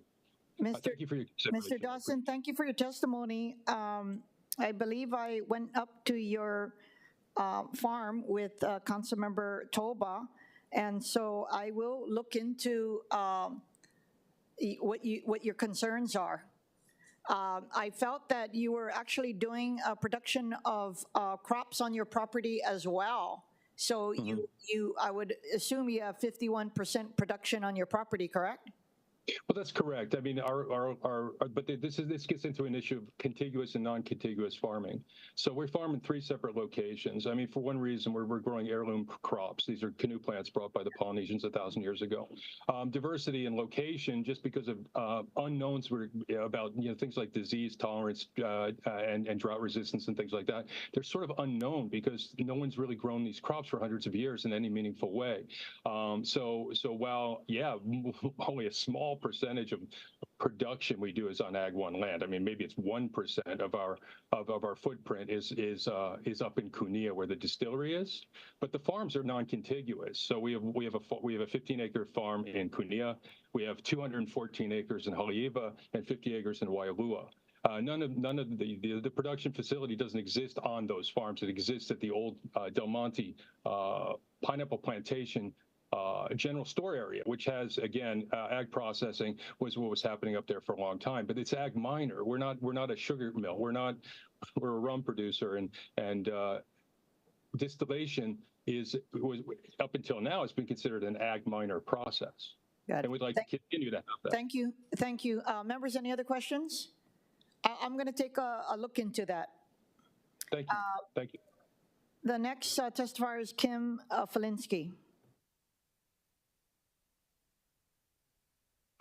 Aloha, everyone. Thank you, council members, for having me today. I'm Kim Falinsky from Nalomeli Honey, representing Nalomeli Honey today. I'm relatively sidelining in how big my business is, but I just want to add in to all of the other ag producers here that are asking for their support in this bill. I appreciate the amendments that council members Wire and Tupola have already added in, and I understand that they'll be discussed next time. But I wanted to make sure that you all understood that beekeeping is essential. Pollination services are essential for the agriculture that we've already discussed. It isn't a sideline, at least as far as I can tell. I'd like it to be more moved into something that was more important than considered an accessory for the purposes of our discussion today. Thank you very much. Thank you so much, Kim. The next testifier is Sandy Van.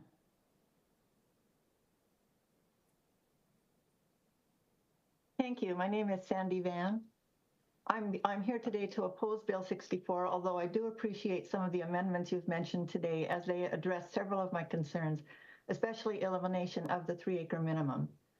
I'm particularly concerned about the issues related to pet care and animal sanctuaries. I operate a fully permitted boarding kennel, part of which is used as a German Shepherd rescue shelter. I partner with the Hawaiian Humane Society, who sends me their German Shepherds to shelter and to rehome. There's already a severe shortage of animal shelters, as evidenced by the growing number of stray and feral animals island-wide. HHS and OSPCA are routinely filled to capacity and turning animals away. If pet care services are forced to move to commercially zoned areas, the cost for boarding and for shelters will be prohibitive. This will result in the closure of many facilities, which will mean even more stray and homeless animals on the streets, sick, unvaccinated, unaltered, starving, and creating public hazards as they cross busy streets, encounter domestic pets, and even engage in harmful human encounters.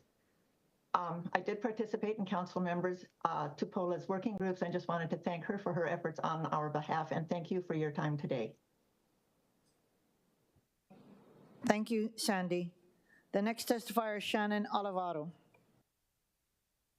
Chair, testifier is not logged on. The next testifier is Karen O'Mahony. Chair, testifier is not logged on. Earl Yamamoto.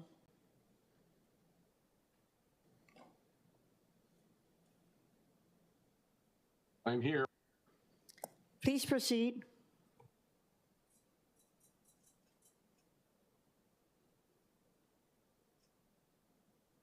Chair, Vice Chair, members of the committee, early Yamamoto, Department of Agriculture. The department concurs with many of the concerns expressed and recommendations made by the members of the working group assembled by Ulupono and the Hawaii Farm Bureau, who has spent countless hours tracking Bill 10, now Bill 64. While the department, we stand on our written testimony quite long, but in brief, the department recommends more rather than less detail and definitions for terms proposed in Bill 64, such as animal raising, animal products processing, agritourism, crop raising, and the purpose and intent of the agricultural zoning districts. Increased specificity should help enforcement of the revised LUO. The department strongly supports reestablishing the City Agricultural Development Task Force and requests DPP establish an in-house agricultural expert position. This can help institutionalize agricultural expertise and representation before the City Council and the City Administration, and help to harmonize the city's general and communities plan, the LUO, subdivision rules, and the property taxes as they apply to agricultural resources and agricultural production. Thank you for the opportunity to testify. Thank you so much for testifying. Two things. You guys are a major stakeholder. So I highly recommend that, separate from just coming to testify in a public hearing where you're limited to 1 minute, that you meet with the city's Department of Planning and Permitting, as well as my office as this measure moves forward. I know that we had previous conversations, but given the magnitude of the bill, as well as the importance of the state to agriculture, I think it would bode well for the state to sit down with us and so that we can talk this out. You know that we're going to have another opportunity at the next hearing, and I hope that that conversation happens before that. So I appreciate you testifying, but I think, again, given the role that you guys play, we should be having official meetings on this in concert with the Planning and Permitting Department. Members, any questions for State Department of Agriculture? Thank you so much. We're going to go back to Shannon Olivado. Aloha Chair Kiaʻāina, members of the committee, thank you so much for this opportunity. My name is Shannon Olivado on behalf of Waimanalo Agricultural Association. We submit written comments and we thank you for your consideration of the suggested amendments. WA'a, as we call ourselves, is a very unique organization made up of all of the growers and producers in the back roads of Waimanalo. We provided testimony only because we have been engaged since the get-go on Bill 10 back in 2022. And the importance of our voice on this bill is because Waimanalo is so unique. The lots are very small, very close to residential and other uses.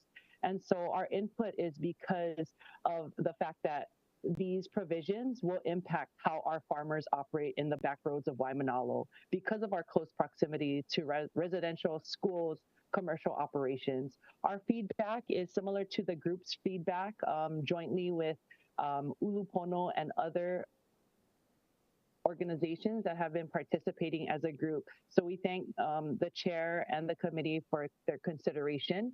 One point that we make in our testimony, and I know it may not be of issue today, Chair, but schools on ag lands has been a sensitive topic for Waimanalo, especially because there has been schools that have attempted to operate close to other agriculturally operating farms. And so we just note that that is one area that we would really like the committee to consider. Schools on ag lands. We're not against education on agriculture because that's super important. And we love the fact that they use a UH property for education in agriculture. But putting a classroom next to an operating farm is not something that Waimanalo has the capacity to accommodate. And so we thank you for your consideration. Thank you so much. Members, any questions? The next testifier is Mike Foley. Chair, testifier is not logged on. Next testifier is Angela Young.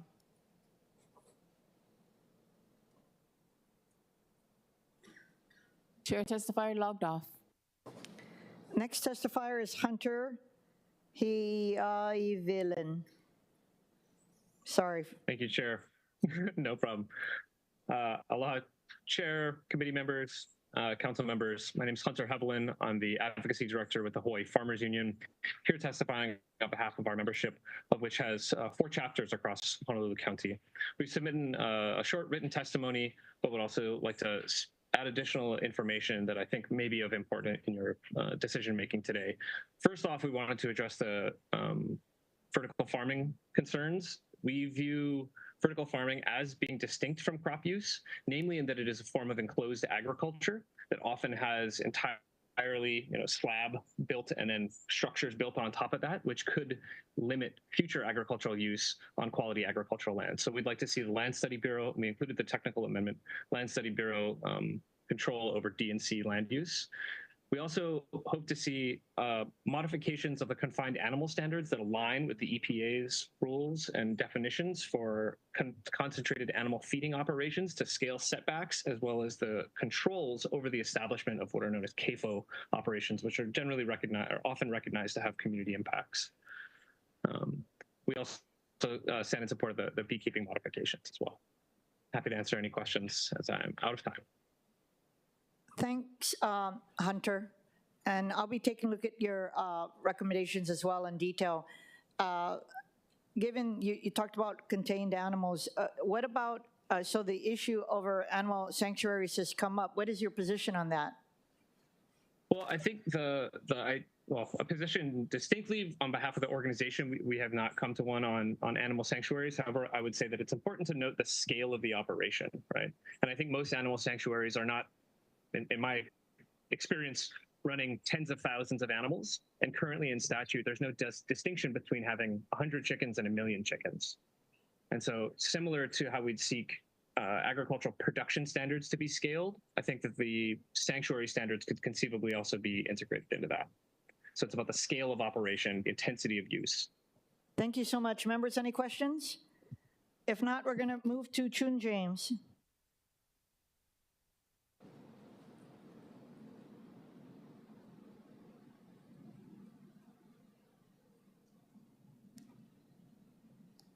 Clerks, is Chun James on? Oh, I see you there. Please proceed.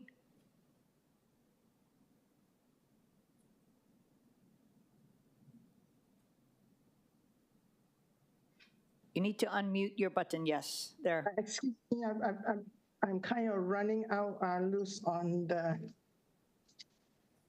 Okay, so you guys have done so much work, and this is such a massive project.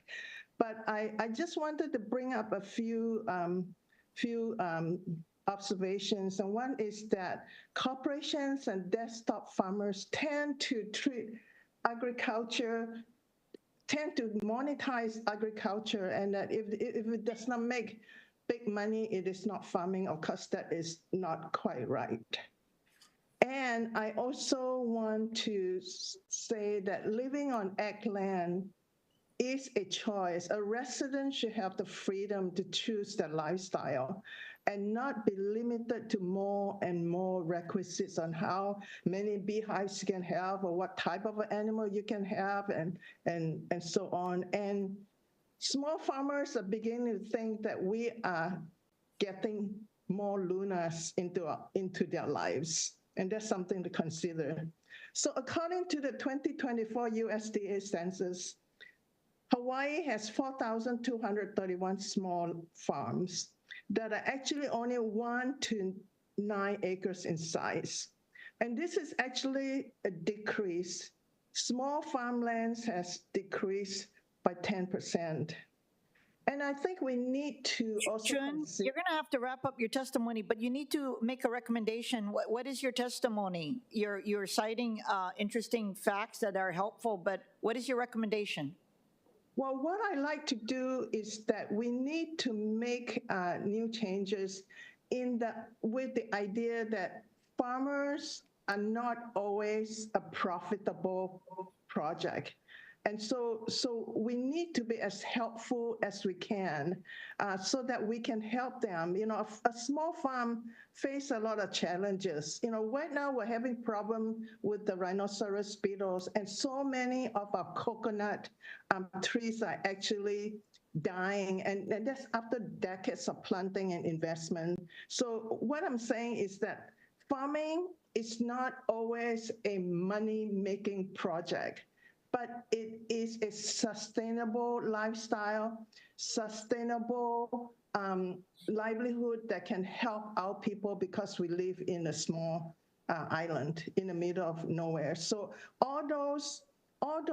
so these decisions all have to be made in the context of all these very important contexts on which the island that we live in.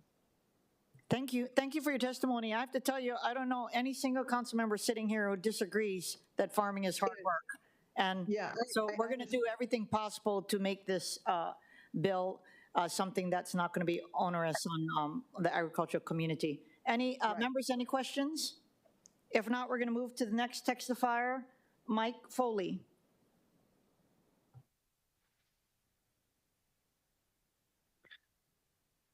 Aloha. Please proceed. Yes, thank you, Chair, for the opportunity to testify. I strongly agree that agriculture is important for our community and our economy, and that small-scale agriculture for our small farmers, it's very tough to make a living. I think this is an opportunity to help through this bill, and I think a good way of doing that is to look at how these proposed changes can lessen the restrictions and make small farming easier. I see a lot of the proposed changes that make it a lot harder, specifically the requirements on animal raising. Confined raising needs to be set back a minimum of 300 feet as proposed from a property line. Well, there's not very many small farms that have room to do that. I would suggest taking that requirement out of the rules. And there's a lot of others, whether it's agricultural equipment service, agricultural processing. I mean, you're making it really tough for these small farmers to use their lands for their agricultural operations, and that will lead to businesses closing or business opportunities not being there in the first place, and that will lead to less small farmers, which then leads to less agricultural use and less production. And then we know what happens next. Ag land is left fallow, and it then goes to development. So please consider how we can make this process better for farmers, for small farmers, by loosening the restrictions or not changing and making more restrictions, and of course, lessening the bureaucratic process too. I look forward to the next hearing. Thank you, Mr. Foley. Did you submit written testimony? I do. I did, and I did stand on that. Thank you. Great. Thank you for that information. Similar to the concerns that have been shared by small businesses in general in Hawaii about onerous regulations. And I know that we are very empathetic to the agricultural community. And so I'm going to take a hard look at all of your suggested recommendations, as well as those of everyone else today. Thank you so much. Members, any questions? Councilmember Tupola. Hi, Mr. Foley. I just wanted to say thank you. And in the amendments that I submitted, I did address the 300-foot setback because I have a lot of small lots that are much smaller than 3 acres that a 300-foot setback would just basically take them out of operation and or just decrease agriculture altogether, which is not the goal. We want to increase the agriculture on the agricultural land. So I just wanted to say that I'll be kind of bringing it up in my comments, but also really fighting to make sure that those amendments stay. So thank you for your work and thank you for testifying. Mahalo. And I, in general, I would just suggest, I mean, looking again at all these proposed amendments with that same light. I mean, sawmills, 500 feet. That's ridiculous. I mean, who has a property big enough to build a sawmill? I mean, if they can do it without causing a nuisance to their neighbors, then they should be allowed. Mahalo.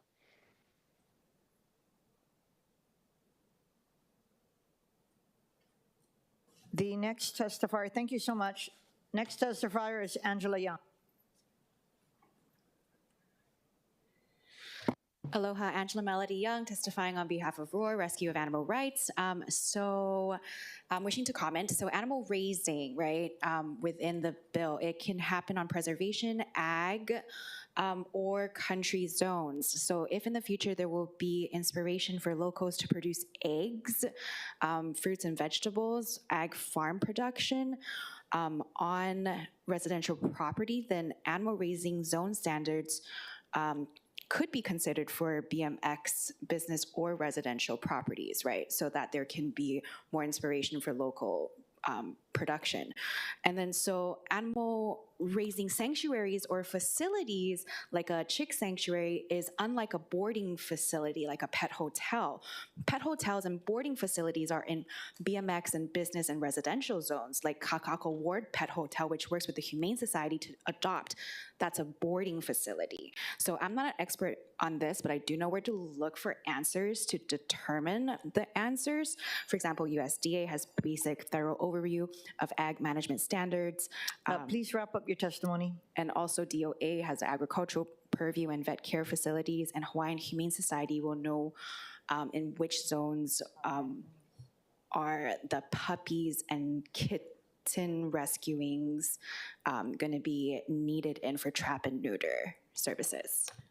Members, any questions? Thank you so much. We're going to be wrapping up testimony. Councilmember Tupola, thank you.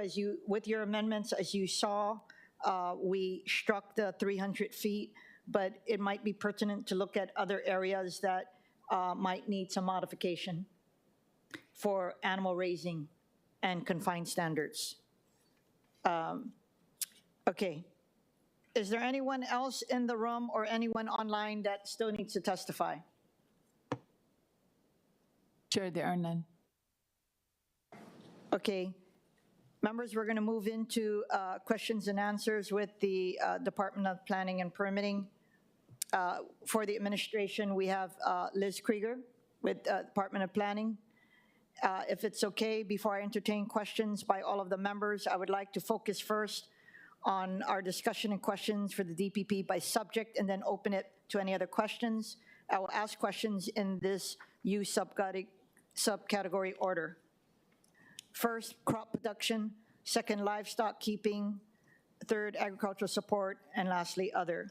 Members, my amendments to the agricultural uses and corresponding confirming amendments continue to update the use table, use standards, and definitions to try to address concerns expressed by both industry groups and the public regarding the impacts of different uses and how to mitigate these impacts, and to clarify what type of activity each specific use includes and does not include.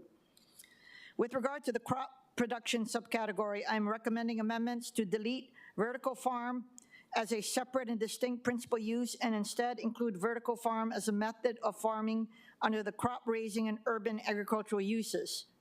Crop raising means cultivating, maintaining and harvesting crops for agriculture and horticulture uses, generally conducted in an open field or greenhouse. It includes vertical farm operations and cultivating crops with hydroponics, aeroponics, and aquaponics. This distinguishes from farm operations to produce crops for distribution to consumer markets from crops grown in backyard gardens, and also addresses situations where there is an attempt to justify a farm residence within the agricultural zoning districts by, for example, growing a few papaya trees. Urban agriculture means crop raising and related agricultural activities conducted as a principal or predominant land use outside of the P2 agricultural and country zoning districts. It includes vertical farm operations located outside of the P2 agricultural and country zoning districts. Other amendments made to the urban agricultural use include the following. The urban agricultural standards relating to sign and off-street parking standards were deleted because they are already covered under other land use ordinance articles. Sign regulations are under Article 7, and off-street parking regulations are under Article 6. The urban agriculture standards requiring that indoor crop operations meet certain electricity needs from renewable energy sources were deleted because this is not related to land use and is not something the Department of Planning and Permitting inspectors would enforce. Vertical farms are not permitted in the P2 zoning district because vertical farms involve structures which should be kept to a minimum in the P2 zoning district. For plant nursery, clarifies that plant nursery includes floriculture operations, but does not include retail establishments such as garden shops that sell items other than plants, such as gardening supplies, potting soil, and fertilizers, which would fall under the general retail use. Also adds back plant nursery standards, which are included in the existing land use ordinance, and we clarified that a business engaged in retail sales and the sale of secondary products such as jams, juices, and baked goods are not considered to be a plant nursery. For the definition of forestry, it deletes references to edible fruit as a commodity of forest because orchards would be under crop raising. I'm going to move into my questions for DPP, but I did want to talk about we've heard numerous concerns from the outset of the consideration of Bill 64 with regard to why we can't have a red line version for people to be able to look at. Could you answer that question before I go into my other questions? Sure. Thank you, Chair. Good morning, Chair and committee members. I'm Elizabeth Krieger, the Chief Planner of the Land Use Permits Division with the Department of Planning and Permitting. When we originally drafted what became Bill 10, the idea was to completely reformat Master Use Table 21-3, and because of that reformatting, it was a complete repeal of that table and a replacement. And then, in addition, in our original transmittal, our proposal was to include the definitions of each of these uses within Article 5 so that the use table and the definitions would be close to each other. So that required them to be repealed out of Article 10 and placed into Article 5. That was one of the main reasons that it wasn't in a traditional Ramsier format in the very beginning. Once Bill 10 CD2 came out, that changed a little bit in that the definitions went back to Article 10. So now that is in the Ramsier format, which I think is what people mean when they say a red line version. So you can actually see the changes in the definitions in Article 10 now. And then the other thing that the department did originally was produce and put on our website a table that showed all of the differences, which would essentially act as a Ramsier to show how the master use table permissions were changing. So that's the main reason that it wasn't done in a classical sense. Members, before I go into questions for DPP on the subcategories, because this has been raised repeatedly throughout this process, does any member have a question regarding what I just asked? I'll connect you with Mr. Lee, but I think I appreciate that we've kind of made progress, but I will say it is just so hard to find all the pieces for this. So even I didn't know that you guys had done that. So how about we'll reach out, because I think I need to see what you're talking about. But I think changing the format, is definitely something that everyone's been asking for to understand it better. So good thing Chair is moving really slowly through certain sections so we can all go slow through this. But I will help you I will be the connector, but also I have a huge list of people that we've worked with that we would all like to read that too. So thank you very much. Thank you, Chair. Okay, we're going to now move into questions for DPP. What is the department's position on deleting vertical farm as a separate and distinct principal use? And can vertical farm methods be used in both crop raising and urban agriculture? Thank you, Chair.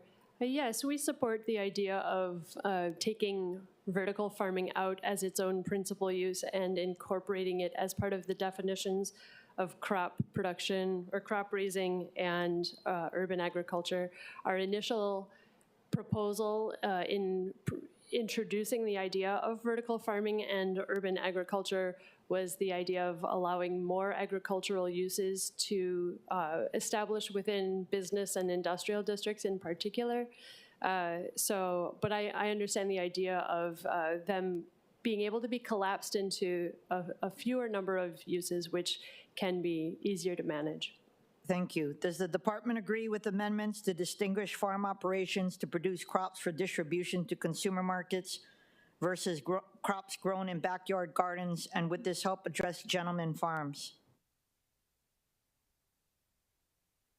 Yes, I think that we support that idea that it's supposed to be generally income generating. I brought with me the state definition of a farm dwelling, which I know we're going to talk about next week, but they specify that a farm dwelling is used in connection with a farm or where agricultural activity provides income to the family occupying the dwelling. So this clarification on the part of the land use ordinance would also help specify that you can't just live on agricultural land and not be actively farming. Thank you.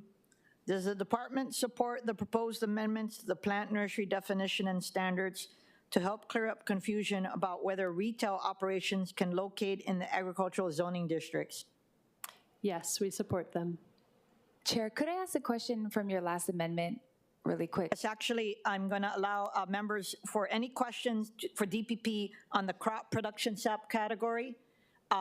Please ask questions before I move to livestock keeping. Just real quick on her last one, not this one she just said, the one prior to that about the, I don't know if it was the 51 or you said something about that you should be producing ag on ag land. Sorry, just that line. Okay, so there's tons and tons of people in my district that are all on ag land and they're not doing ag because like that's what they're zoned as. So that's kind of why we had a longer conversation in my working group about the 51%, because people who have a dedicated ag, meaning that they get the property tax discount for having ag, they're required to do much more than 51%. But then those who have not taken the dedication, but they're just in agricultural areas, to be honest, like, not everyone is doing agriculture because they're just zoned that. I mean, almost all of Waianae is zoned like, you know, because it was all like a rural area. So just throwing it out there, that's why we kind of toyed with striking that out, because there are people who just have houses and maybe a bigger lot and they're on ag land. Yeah, they're not doing ag and neither are they getting any type of ag tax property right break either though, you know, so they haven't applied for that dedication. So just wanted to make that clear is like, we're not trying to have everybody in Waianae who's on an ag lot, hey, you guys got to get out there and get something and start farming because, like, you know, it's an area where we just really don't have that kind of infrastructure. People don't have that kind of money to say, yeah, I can stay home 4 days out of the week and farm. So just throwing it out there. I hear what you're saying, but please be mindful there are people that are on ag land that have been there for generations. Got it. Thank you. Members, if there are no other questions. Chair, can I just ask one question? Yes. Thank you. Regarding the issue of crop production. Yes. Aloha. This is on with section, I guess it's item number 8, section 3, under the crop production. I think item number 3, it says the keeping and raising of livestock, poultry, and insects is prohibited. I was wondering if this revision would prohibit indoor hatcheries. Thank you for that question. For urban agriculture, it is permitted in these in the business districts and in the industrial districts. So the intention is to allow crop raising, but not to extend that to animal and livestock production. Sorry, you said in the urban? That's right, in the urban business districts and industrial districts. So anything outside of that, it wouldn't. I know there's a hatchery that I found online, and I was wondering if this would affect them. It depends on what zoning district they're in. If they're in the agricultural district, then they're still under the ag principal uses. So part of what has been complicated in all of this is that a lot of these agricultural related uses can be done in business and industrial districts. And we want to distinguish sometimes what is allowed in each of those districts. So it looks, you know, urban agriculture could look a lot like crop raising and it could look a lot like animal raising, but in fact it's distinct because it's intended for these urban areas. Okay, thank you. Thank you, Chair. Thank you. With regard to the livestock keeping subcategory, I am recommending amendments to refer to the livestock keeping subcategory as livestock and poultry keeping and clarify the definitions of livestock and poultry. There was confusion about the word domesticated, which means that an animal is not wild, but some thought it referred to household pets. so we have taken out the word domesticated. Livestock means animals raised in an agricultural setting to provide labor or produce diversified products for consumption such as meat, milk, fur, leather, and wool. This term includes cattle, horses, goats, sheep, swine, and rabbits that are not raised as household pets or for purposes of personal use and companionship. Poultry means fowls, including chickens, turkeys, geese, ducks, and other birds raised for the production of meat, eggs, or feathers. It also amends the confined animal raising use standards to delete the 3-acre minimum zoning lot size requirement and instead rely on setback requirements to address potential adverse impacts on the surrounding neighborhood. This amendment was also proposed by Councilmember Wire and Councilmember Tupola. My amendments also clarify that livestock and poultry that are raised as household pets or for purposes of personal use and companionship are not considered to be outdoor animal raising and confined animal raising uses.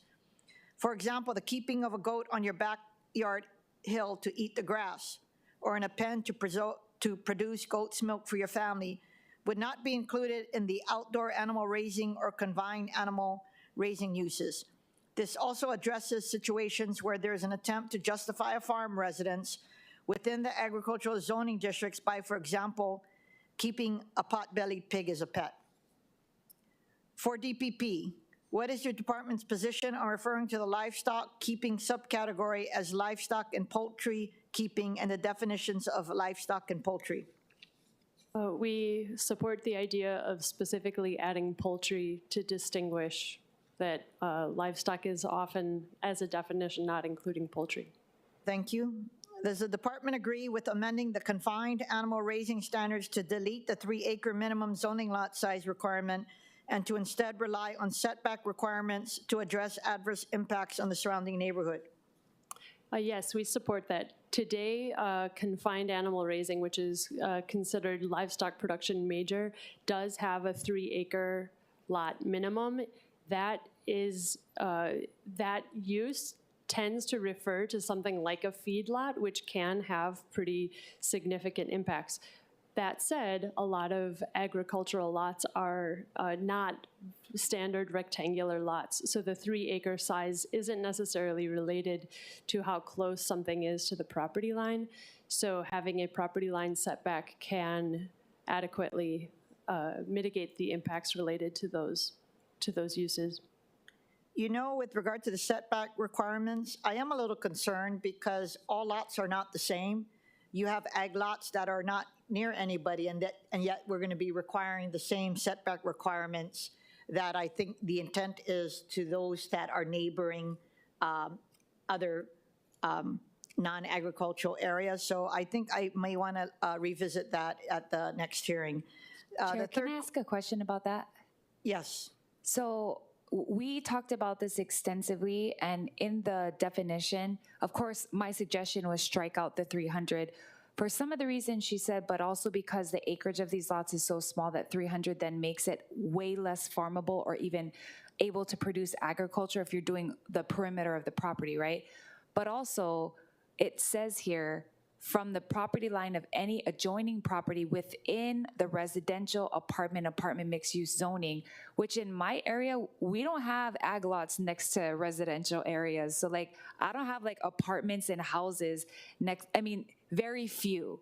Most of my ag lots are all by other ag lots. So what they were concerned with is, does this mean that if, as an agricultural farmer, that I have this ability to not have a setback if I don't have any mixed use or apartments next to me, but in the day that a lot next to me becomes an apartment or house, now I have to have a setback. Meaning like farmers came first, the egg producers and the ag guys were there first, but then now that there's like development or building, now we all have to have setbacks. Like, can you clarify to me what exactly that definition means? Sure. The first thing I would say is if the zoning, you know, it's not just that there's a residence, not a farm dwelling next door, but if the zoning was to change so that suddenly you had residential districts that were adjacent to agricultural districts, that would have to go through a full zone change process, which requires an ordinance passed by the city council. So should, say, some future time there be a proposed zone change at Waianae to create a new residential subdivision. Part of that zone change application and probably the unilateral agreement associated with that would deal with those questions of how the new zoning would impact existing zoning. So that can't happen without a big discussion and probably an environmental assessment or impact statement before the zone change. I understand, and I think, you know, when or if that ever happens, then we cross that bridge. But I think my stance is still that we have to strike out the 300-foot minimum of the setback, even if it's not, right? Because this doesn't say if you're ag that you need to have it. So possibly, I could be misreading this, possibly if it's ag next to ag, then there is no setback. Am I correct? For most of those ag setbacks, it is setback from a residential or apartment mixed use district. For this particular one, because it's a newer one, I don't have it perfectly memorized, so I'm not entirely sure. I recommend that you guys clarify that. Yeah, Chair, I think that's the issue here. Is like if it's ag and ag, and you're saying if you're next to an ag lot, there is no setback, then we're good. I got it. So can you work directly with DPP to make sure that it's the understanding? My third question on the livestock keeping is, does the department agree with amendments to distinguish between livestock and poultry that are raised in an agricultural setting to provide labor or produce diversified products versus livestock and poultry that are raised as household pets or for purposes of personal use and companionship? And would this help address gentleman farm? But we do support the distinction that not all livestock is active agricultural production. I do think that we also need to differentiate potentially pets that can and cannot be on residential districts. In terms of horses, I expect we'll be talking about them a lot next week because they're allowed in various circumstances and sometimes are active farming animals. Again, in terms of the gentleman farms question, it is helpful to be able to specify what's bona fide agricultural uses versus something that sort of looks like agricultural uses. Thank you. Members, do you have any other questions for DPP on livestock and poultry keeping subcategory before I move on? Chair. Councilmember Tupola. Thank you. In regards to the master table for animal raising confined permitted use, I suggested that we put country back. So the whole back of Lualua Valley, which is the biggest valley in Waianae, that's all zone country. And plenty of those guys have livestock on their property. So from what I got in my edits is that it was not accepted. And then it says the country zoning district is for residential uses. I don't know what that means. But what I'm saying here is that tons of country lots in my district have livestock. And if we don't allow that to be permitted, which it's currently allowed, why are we not going to allow that? And then after that, what happens to everybody that has livestock and on a country zone, on a country lot? Yeah, outdoor animal raising is proposed as a permitted use in the country district. The confined is not, but again, confined is like feedlots. So confined means lots of animals in a very narrow space where they're creating a lot of dust and a lot of waste and a lot of smells, impacts, that kind of thing. So just your standard grazing animals that maybe go under a shelter at night are not the same thing as confined animal raising. So confined animal raising on a lot that is a minimum lot size of 1 acre may be found to have adverse impacts. I'd have to look today to see what the current major livestock production permissions are, but I don't believe that they're allowed in the country district today. Well, I will say that we had all of the rancher and the cattle association in the meeting that I held, and I will say that that definition of animal raising confined wasn't clear, and nobody interpreted it as such as what you just said. So what they're concerned with is the way that it's currently being done is not going to be allowed. So I hear what you're saying, where you're saying, oh, it's where it's a narrow area, lots of animals, but from what you said about what's allowed and what this is defined as, people are like in the middle. So it's not tons and tons of animals, but it's not one animal grazing. So I really have lots of people that are right down the center that actually would possibly fall under confined, and they've been doing it on country lots since forever. we can definitely take a look at how to refine that definition to make it clearer that confined animal raising is really an impactful animal raising. It's not several animals on a lot. It's We can talk with you and the cattlemen's, yeah, because I think just a lot is like a very vague term, and a few is also vague. So let's work on that, because I wouldn't want to take away a permitted use that's happening now and then somehow come up with a new definition that now penalizes people who are doing that. Thank you, Chair. We're going to move on. With regard to the agricultural support subcategory, I'm recommending amendments to differentiate between agricultural support uses and other similar but different uses in the commercial or industrial categories, so that these commercial and industrial operations will not be permitted in the agricultural zoning districts. This was a concern of agriculture industry stakeholders. For example, distinguishing the agriculture processing use versus the food manufacturing and processing use, which is an industrial use. The agricultural collection and storage use versus the general storage, warehousing, and distribution use, which is an industrial use. The agricultural equipment service use versus the vehicle sales and rental use, which is a commercial use. The heavy repair use, which is an industrial use, or the vehicle service use, which is a commercial use. The livestock and poultry veteran use versus the animal care use, which is a commercial use. It also adds a minor and major composting use, which is listed as a separate use in the existing land use ordinance, but was not included in Bill 64. If the composting use was not added back in Bill 64, it is not clear what this use would fall under. The composting use provisions clarify that composting does not include backyard composting that involves small-scale composting of organic materials, primarily yard waste, at the site where these materials are generated. So composting in the yard of your home would not be regulated under the composting use. Provide that the difference between minor and major composting is that minor involves the composting of clean, separated organic materials, such as green waste, crop residues, and waste from vegetable food processing operations. In contrast, major involves the composting of mixed solid waste, such as rubbish, sewage sludge, and waste from animal food processing operations. It provides for standards that are similar to what is in the existing land use ordinance and are meant to address impacts of the use, such as odors, vectors, surface contamination, and groundwater contamination. The amendments also adjust several of the setback requirements based on whether the use has low impacts, noise impacts, odor impacts, dust and particle impacts, and noxious impacts. The setback is measured from the property line of any adjoining property within certain zoning districts that allow for residential uses. For agricultural equipment service, it increased the setback from 100 feet to 300 feet due to noise impacts. This is consistent with the 300-foot setback in the existing land use ordinance. For major agricultural processing, it provides that the DPP director's discretion to reduce the 1,500-foot setback does not apply to any adjoining property within the resort zoning district. This is meant to protect and preserve the sense of place in the resort zoning districts.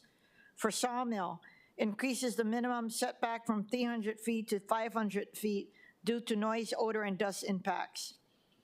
It amends the definition of agricultural processing to clarify that the use involves the processing of Hawaii-grown crops and Hawaii-raised animal-related products that may be grown or raised on-site or off-site, to make it clear that the use is meant to support Hawaii agricultural operations. Questions? What is the department's position on differentiating between agricultural support uses and other similar but different uses in the commercial or industrial uses categories as a way to clarify in what zoning districts these various uses can be located? I think it's very important to be able to specify that agricultural support, say equipment repair, can occur within the agricultural district, but other equipment care cannot, or repair cannot. But at the same time, in the industrial districts, both types of repair can occur. And I think that pointing to the separate definitions can help the public understand that. Does the department support adding the minor and major composting uses and the definition and standards proposed? Yes. Does the department agree with the setback increases from adjoining property in certain zoning districts that allow for residential uses for agricultural equipment service, major agricultural processing, and sawmill? Yes, we spent some time comparing all of the setbacks for the various types of agricultural uses that got pretty close to commercial or industrial uses, and how much that should be set back from apartment and residential districts, and compared it to the industrial district standards, where we already have that kind of setback in those minimal areas where we do have adjacent uses. Thank you. Members, do you have any questions for the department about uses in the agricultural support subcategory? Councilmember Tupola.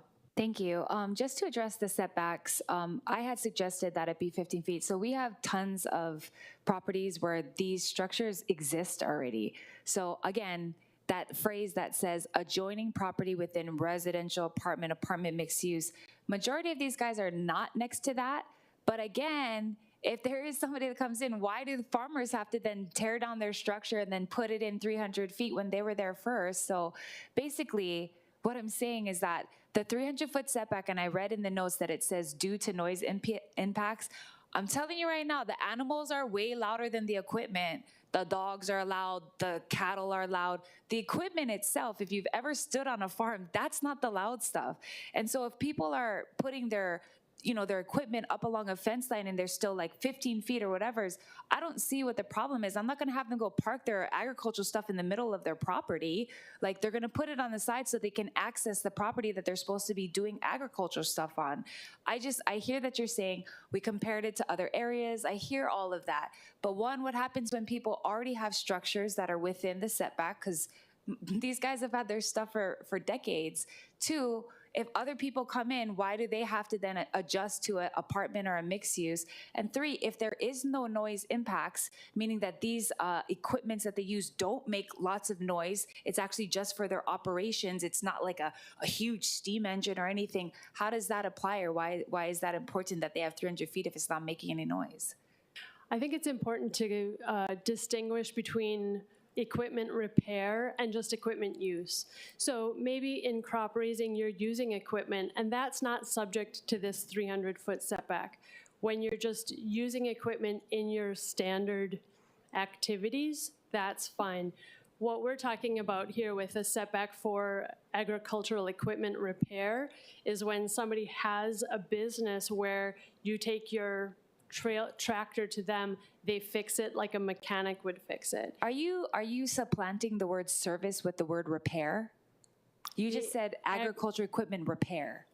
Yeah, agricultural equipment service is repair of that kind of equipment. So that kind of industrial looking use, which is also permitted in the industrial district and in the ag district. Okay, I will say right now that in the meetings we had, nobody interpreted the word service to equal repair. So when we were talking about agriculture equipment service, basically it's like the word service means you're using it, maybe you're fixing it. We never talked about like running a full-on chop shop or fixing equipment. So I guess to be clear, if you're saying agriculture equipment repair has to have a setback, then I guess we all agree. But how are we supposed to know that that word meant repair? Well, I guess we can look at again whether we should rename that. I think that I thought that the definition was relatively clear, but also like I could just say that this is the type of question that can take a career to like learn all of the intricacies of how the uses are defined, where they're allowed, what the setbacks are, how we've answered them in the past, what kind of problems we've had, what inspectors have difficulty enforcing. All of that is we're trying to holistically deal with all of those things. And I'm happy to, if you'd like me or one of us to attend that meeting to try to help answer those quick zoning questions right in the moment, we can do that. Well, because in general, right, when you're on a farm or a ranch, you're constantly fixing stuff, right? You're fixing the broken tractor, you're fixing the front loader. So like, if we're using the word repair like, oh, you need to have like a full-on mechanic shop, then what people are doing in these country and ag lots in Waianae, they're not doing that. But yes, everyone repairs their stuff on their land. Yes, they do. And do they have sheds where they do it? Yes. Do they have structures where they do it within? Yes, they do. Where are those structures? They're closer than 300 feet away from the lot. So I don't know. I hear what you're saying, but I would say upon reading this and discussing it, no one thought that that's what you said is what is being required here. So what is your suggestion? Well, I guess I think that one of the things to really understand is that a principal permitted use entails a lot of accessory uses too. In the same way that a dwelling isn't just a dwelling, it's also a swimming pool and a carport and all of those things. Agricultural uses have all of those same complications. So when your principal use is crop raising, you're going to have structures that support your crop raising. You're going to have equipment. You're going to repair it yourself. You might have a mechanic come to you. Same thing with animal raising. You might have a vet come to you. That's not the same thing as having as a principal use livestock veterinary services. So whenever there's a principal use specified, then that is the main or one of the main activities that's occurring on that site. I understand what you're saying. My question is, what is your suggestion on the word service? You're going to leave it as service? You think it should be repair? I'm just supposed to run around Waianae and tell everyone the word service means repair? Like what? Tell me what you think should happen, because I think people are concerned that well, perhaps we can add the term repair. I don't want to answer for the chair and her staff right off the bat. Councilmember Tupola, first of all, I'm just glad that you're having all of these meetings because this kind of feedback that is necessary. But since I don't want to put her on the spot to have an answer, I think that this is something we have to work on for recommended clarification purposes. Understood. Thank you. Yes. Members, do you have any questions for the department about uses in the agricultural support subcategory? Before I make, Councilmember Say. Liz, would a portable slaughterhouse be a permitted use? Portable slaughterhouse, would that be permitted use? When you say portable slaughterhouse, do you mean you're a person who slaughters animals and goes to various sites to do it? Yes. I would say that's not a principal permitted use. I think that that's the kind of thing that we're talking about where it's similar to veterinary uses, where if this is a site where animal raising is occurring and periodically somebody comes and slaughters one of your animals, that's an accessory to what you're doing. It's different than having a full-on slaughterhouse, which is an industrial use. Yeah. And in fact, we have the slaughterhouse, that's part of another definition, which I'm forgetting what the current name is for it, but yeah. Okay, thank you very much. Chair, I had a quick question. Councilmember Okimoto. Thank you. This is under the definitions part, so right under this part that committee chair has been talking about with the support, ag support staff. But under definitions, you did have, I think it's item 19 for agricultural processing. There is the part where it talks about slaughtering and processing of dead Hawaii raised animals and associated byproducts. We've always been supportive, of course, our local industry, but how will this impact outside or mainland vendors being able to provide us or for us to be able to get the supply from there? Will this limit that, and how will that impact, again, for us to be able to receive from outside or mainland sources? Thank you for that question, and that actually answers what I was just saying I couldn't remember, which is that agricultural products processing major is where slaughterhouses would be the permitted use. On-island slaughterhouses won't have any impact on any importation of meat from the mainland. In fact, at this time, I believe we only have one slaughterhouse left. We used to have more than that, and there's a push to try to make sure that we do have more.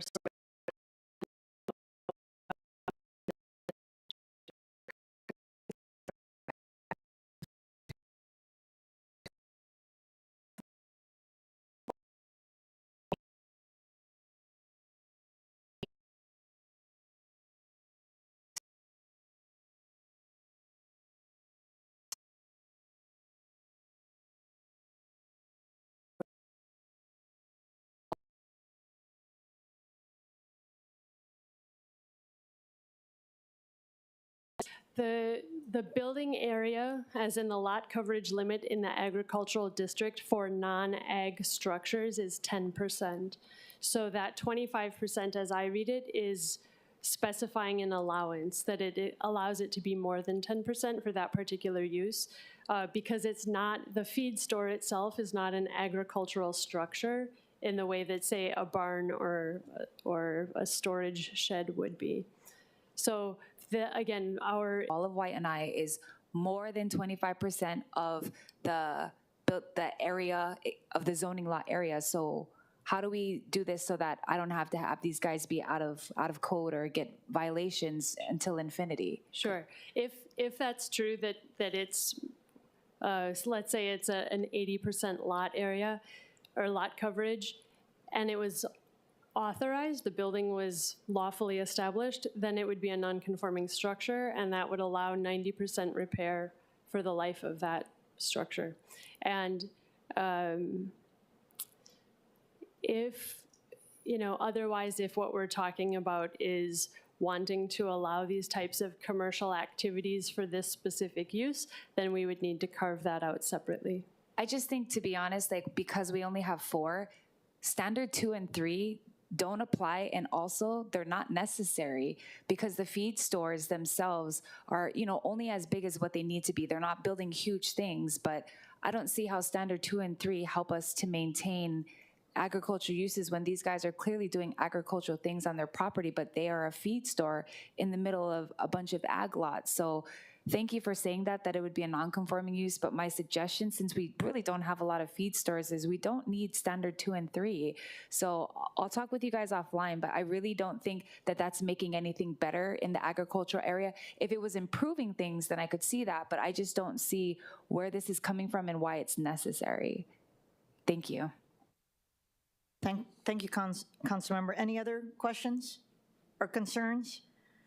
The chair recommends that this... Chair, is this open for discussion, or are you going into your motion? No, we are in discussion. Okay. Making my recommendations. Okay, thank you. I just wanted to comment on something that was shared earlier by a previous testifier. I think it was Mr. Monikata had talked about having another position in DPP in his earlier testimony related to the agriculture.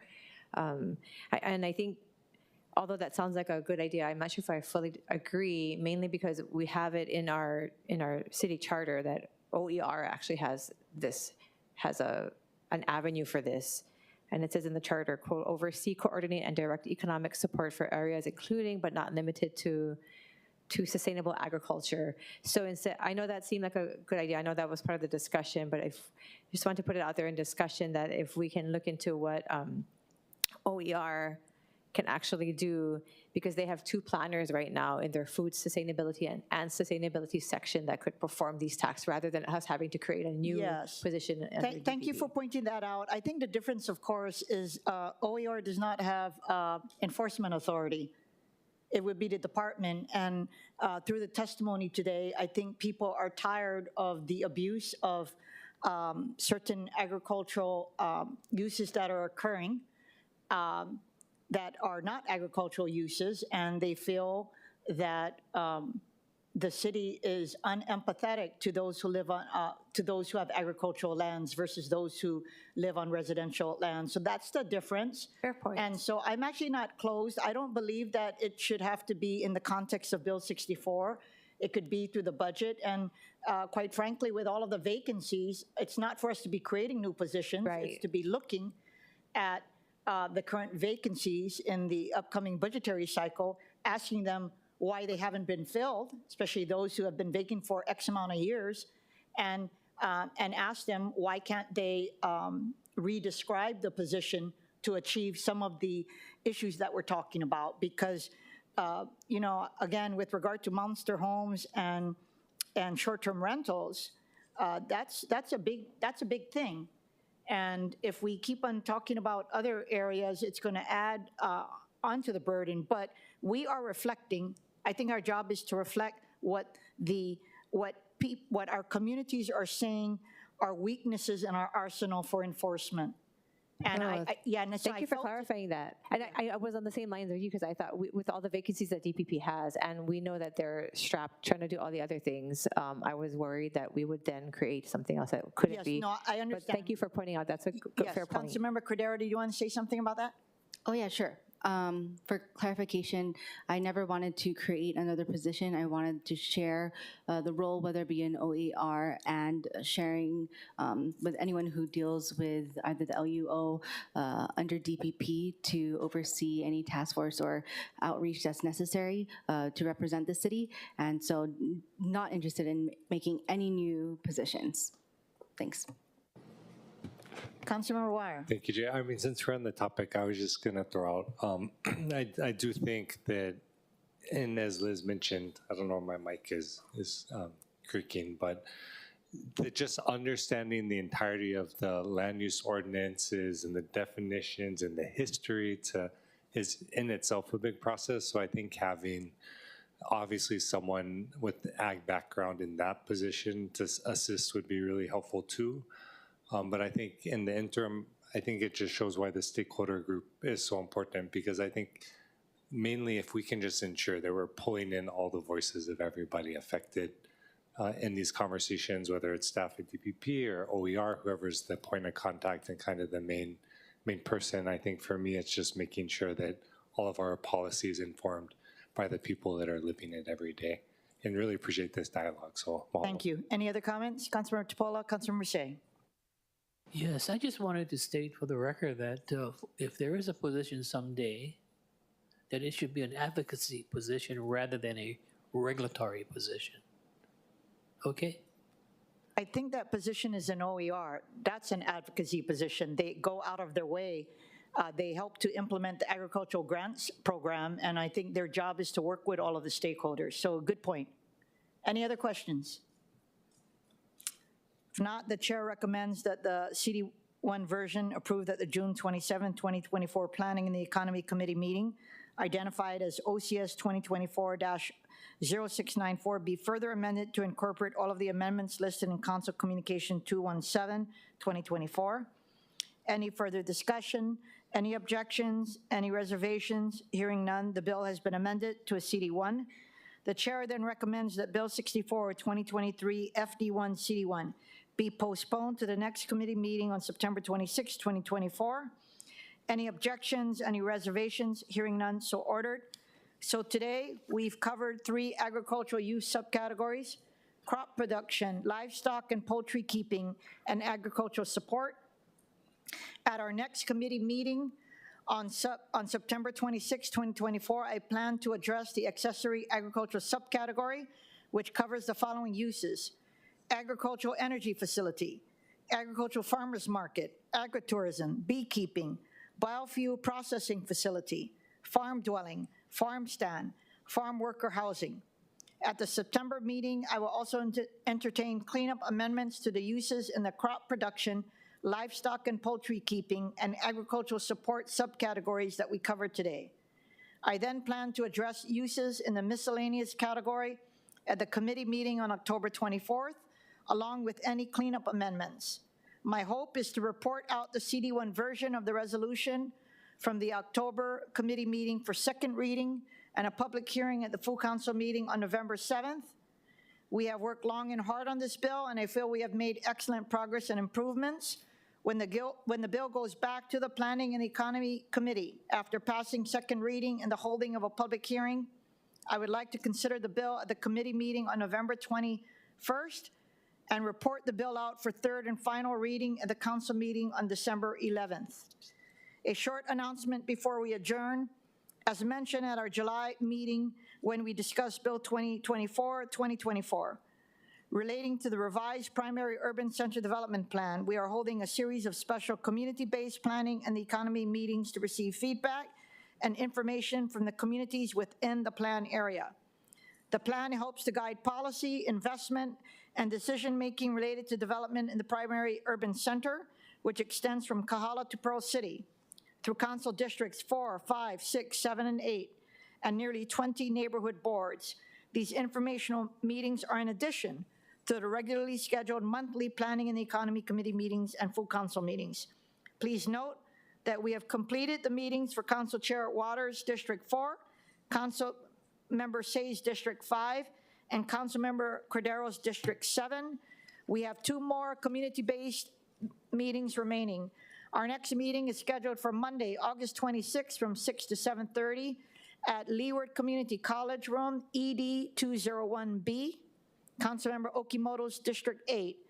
And we will finish up our community-based meetings on Monday, September 23rd from 6 to 7:30 p.m. at Kiaʻāina Middle School Cafeteria, Councilmember Dos Santos Tam's Council District 6. At these meetings, we will focus on aspects of the plan for the council district where the meeting is being held. The DPP will be attending and providing a short presentation on the plan highlights and focal points for the applicable council districts. We hope to see many of you there as we continue our discussion of the plan. Mahalo everyone for being here today. There being no further business, this meeting is adjourned.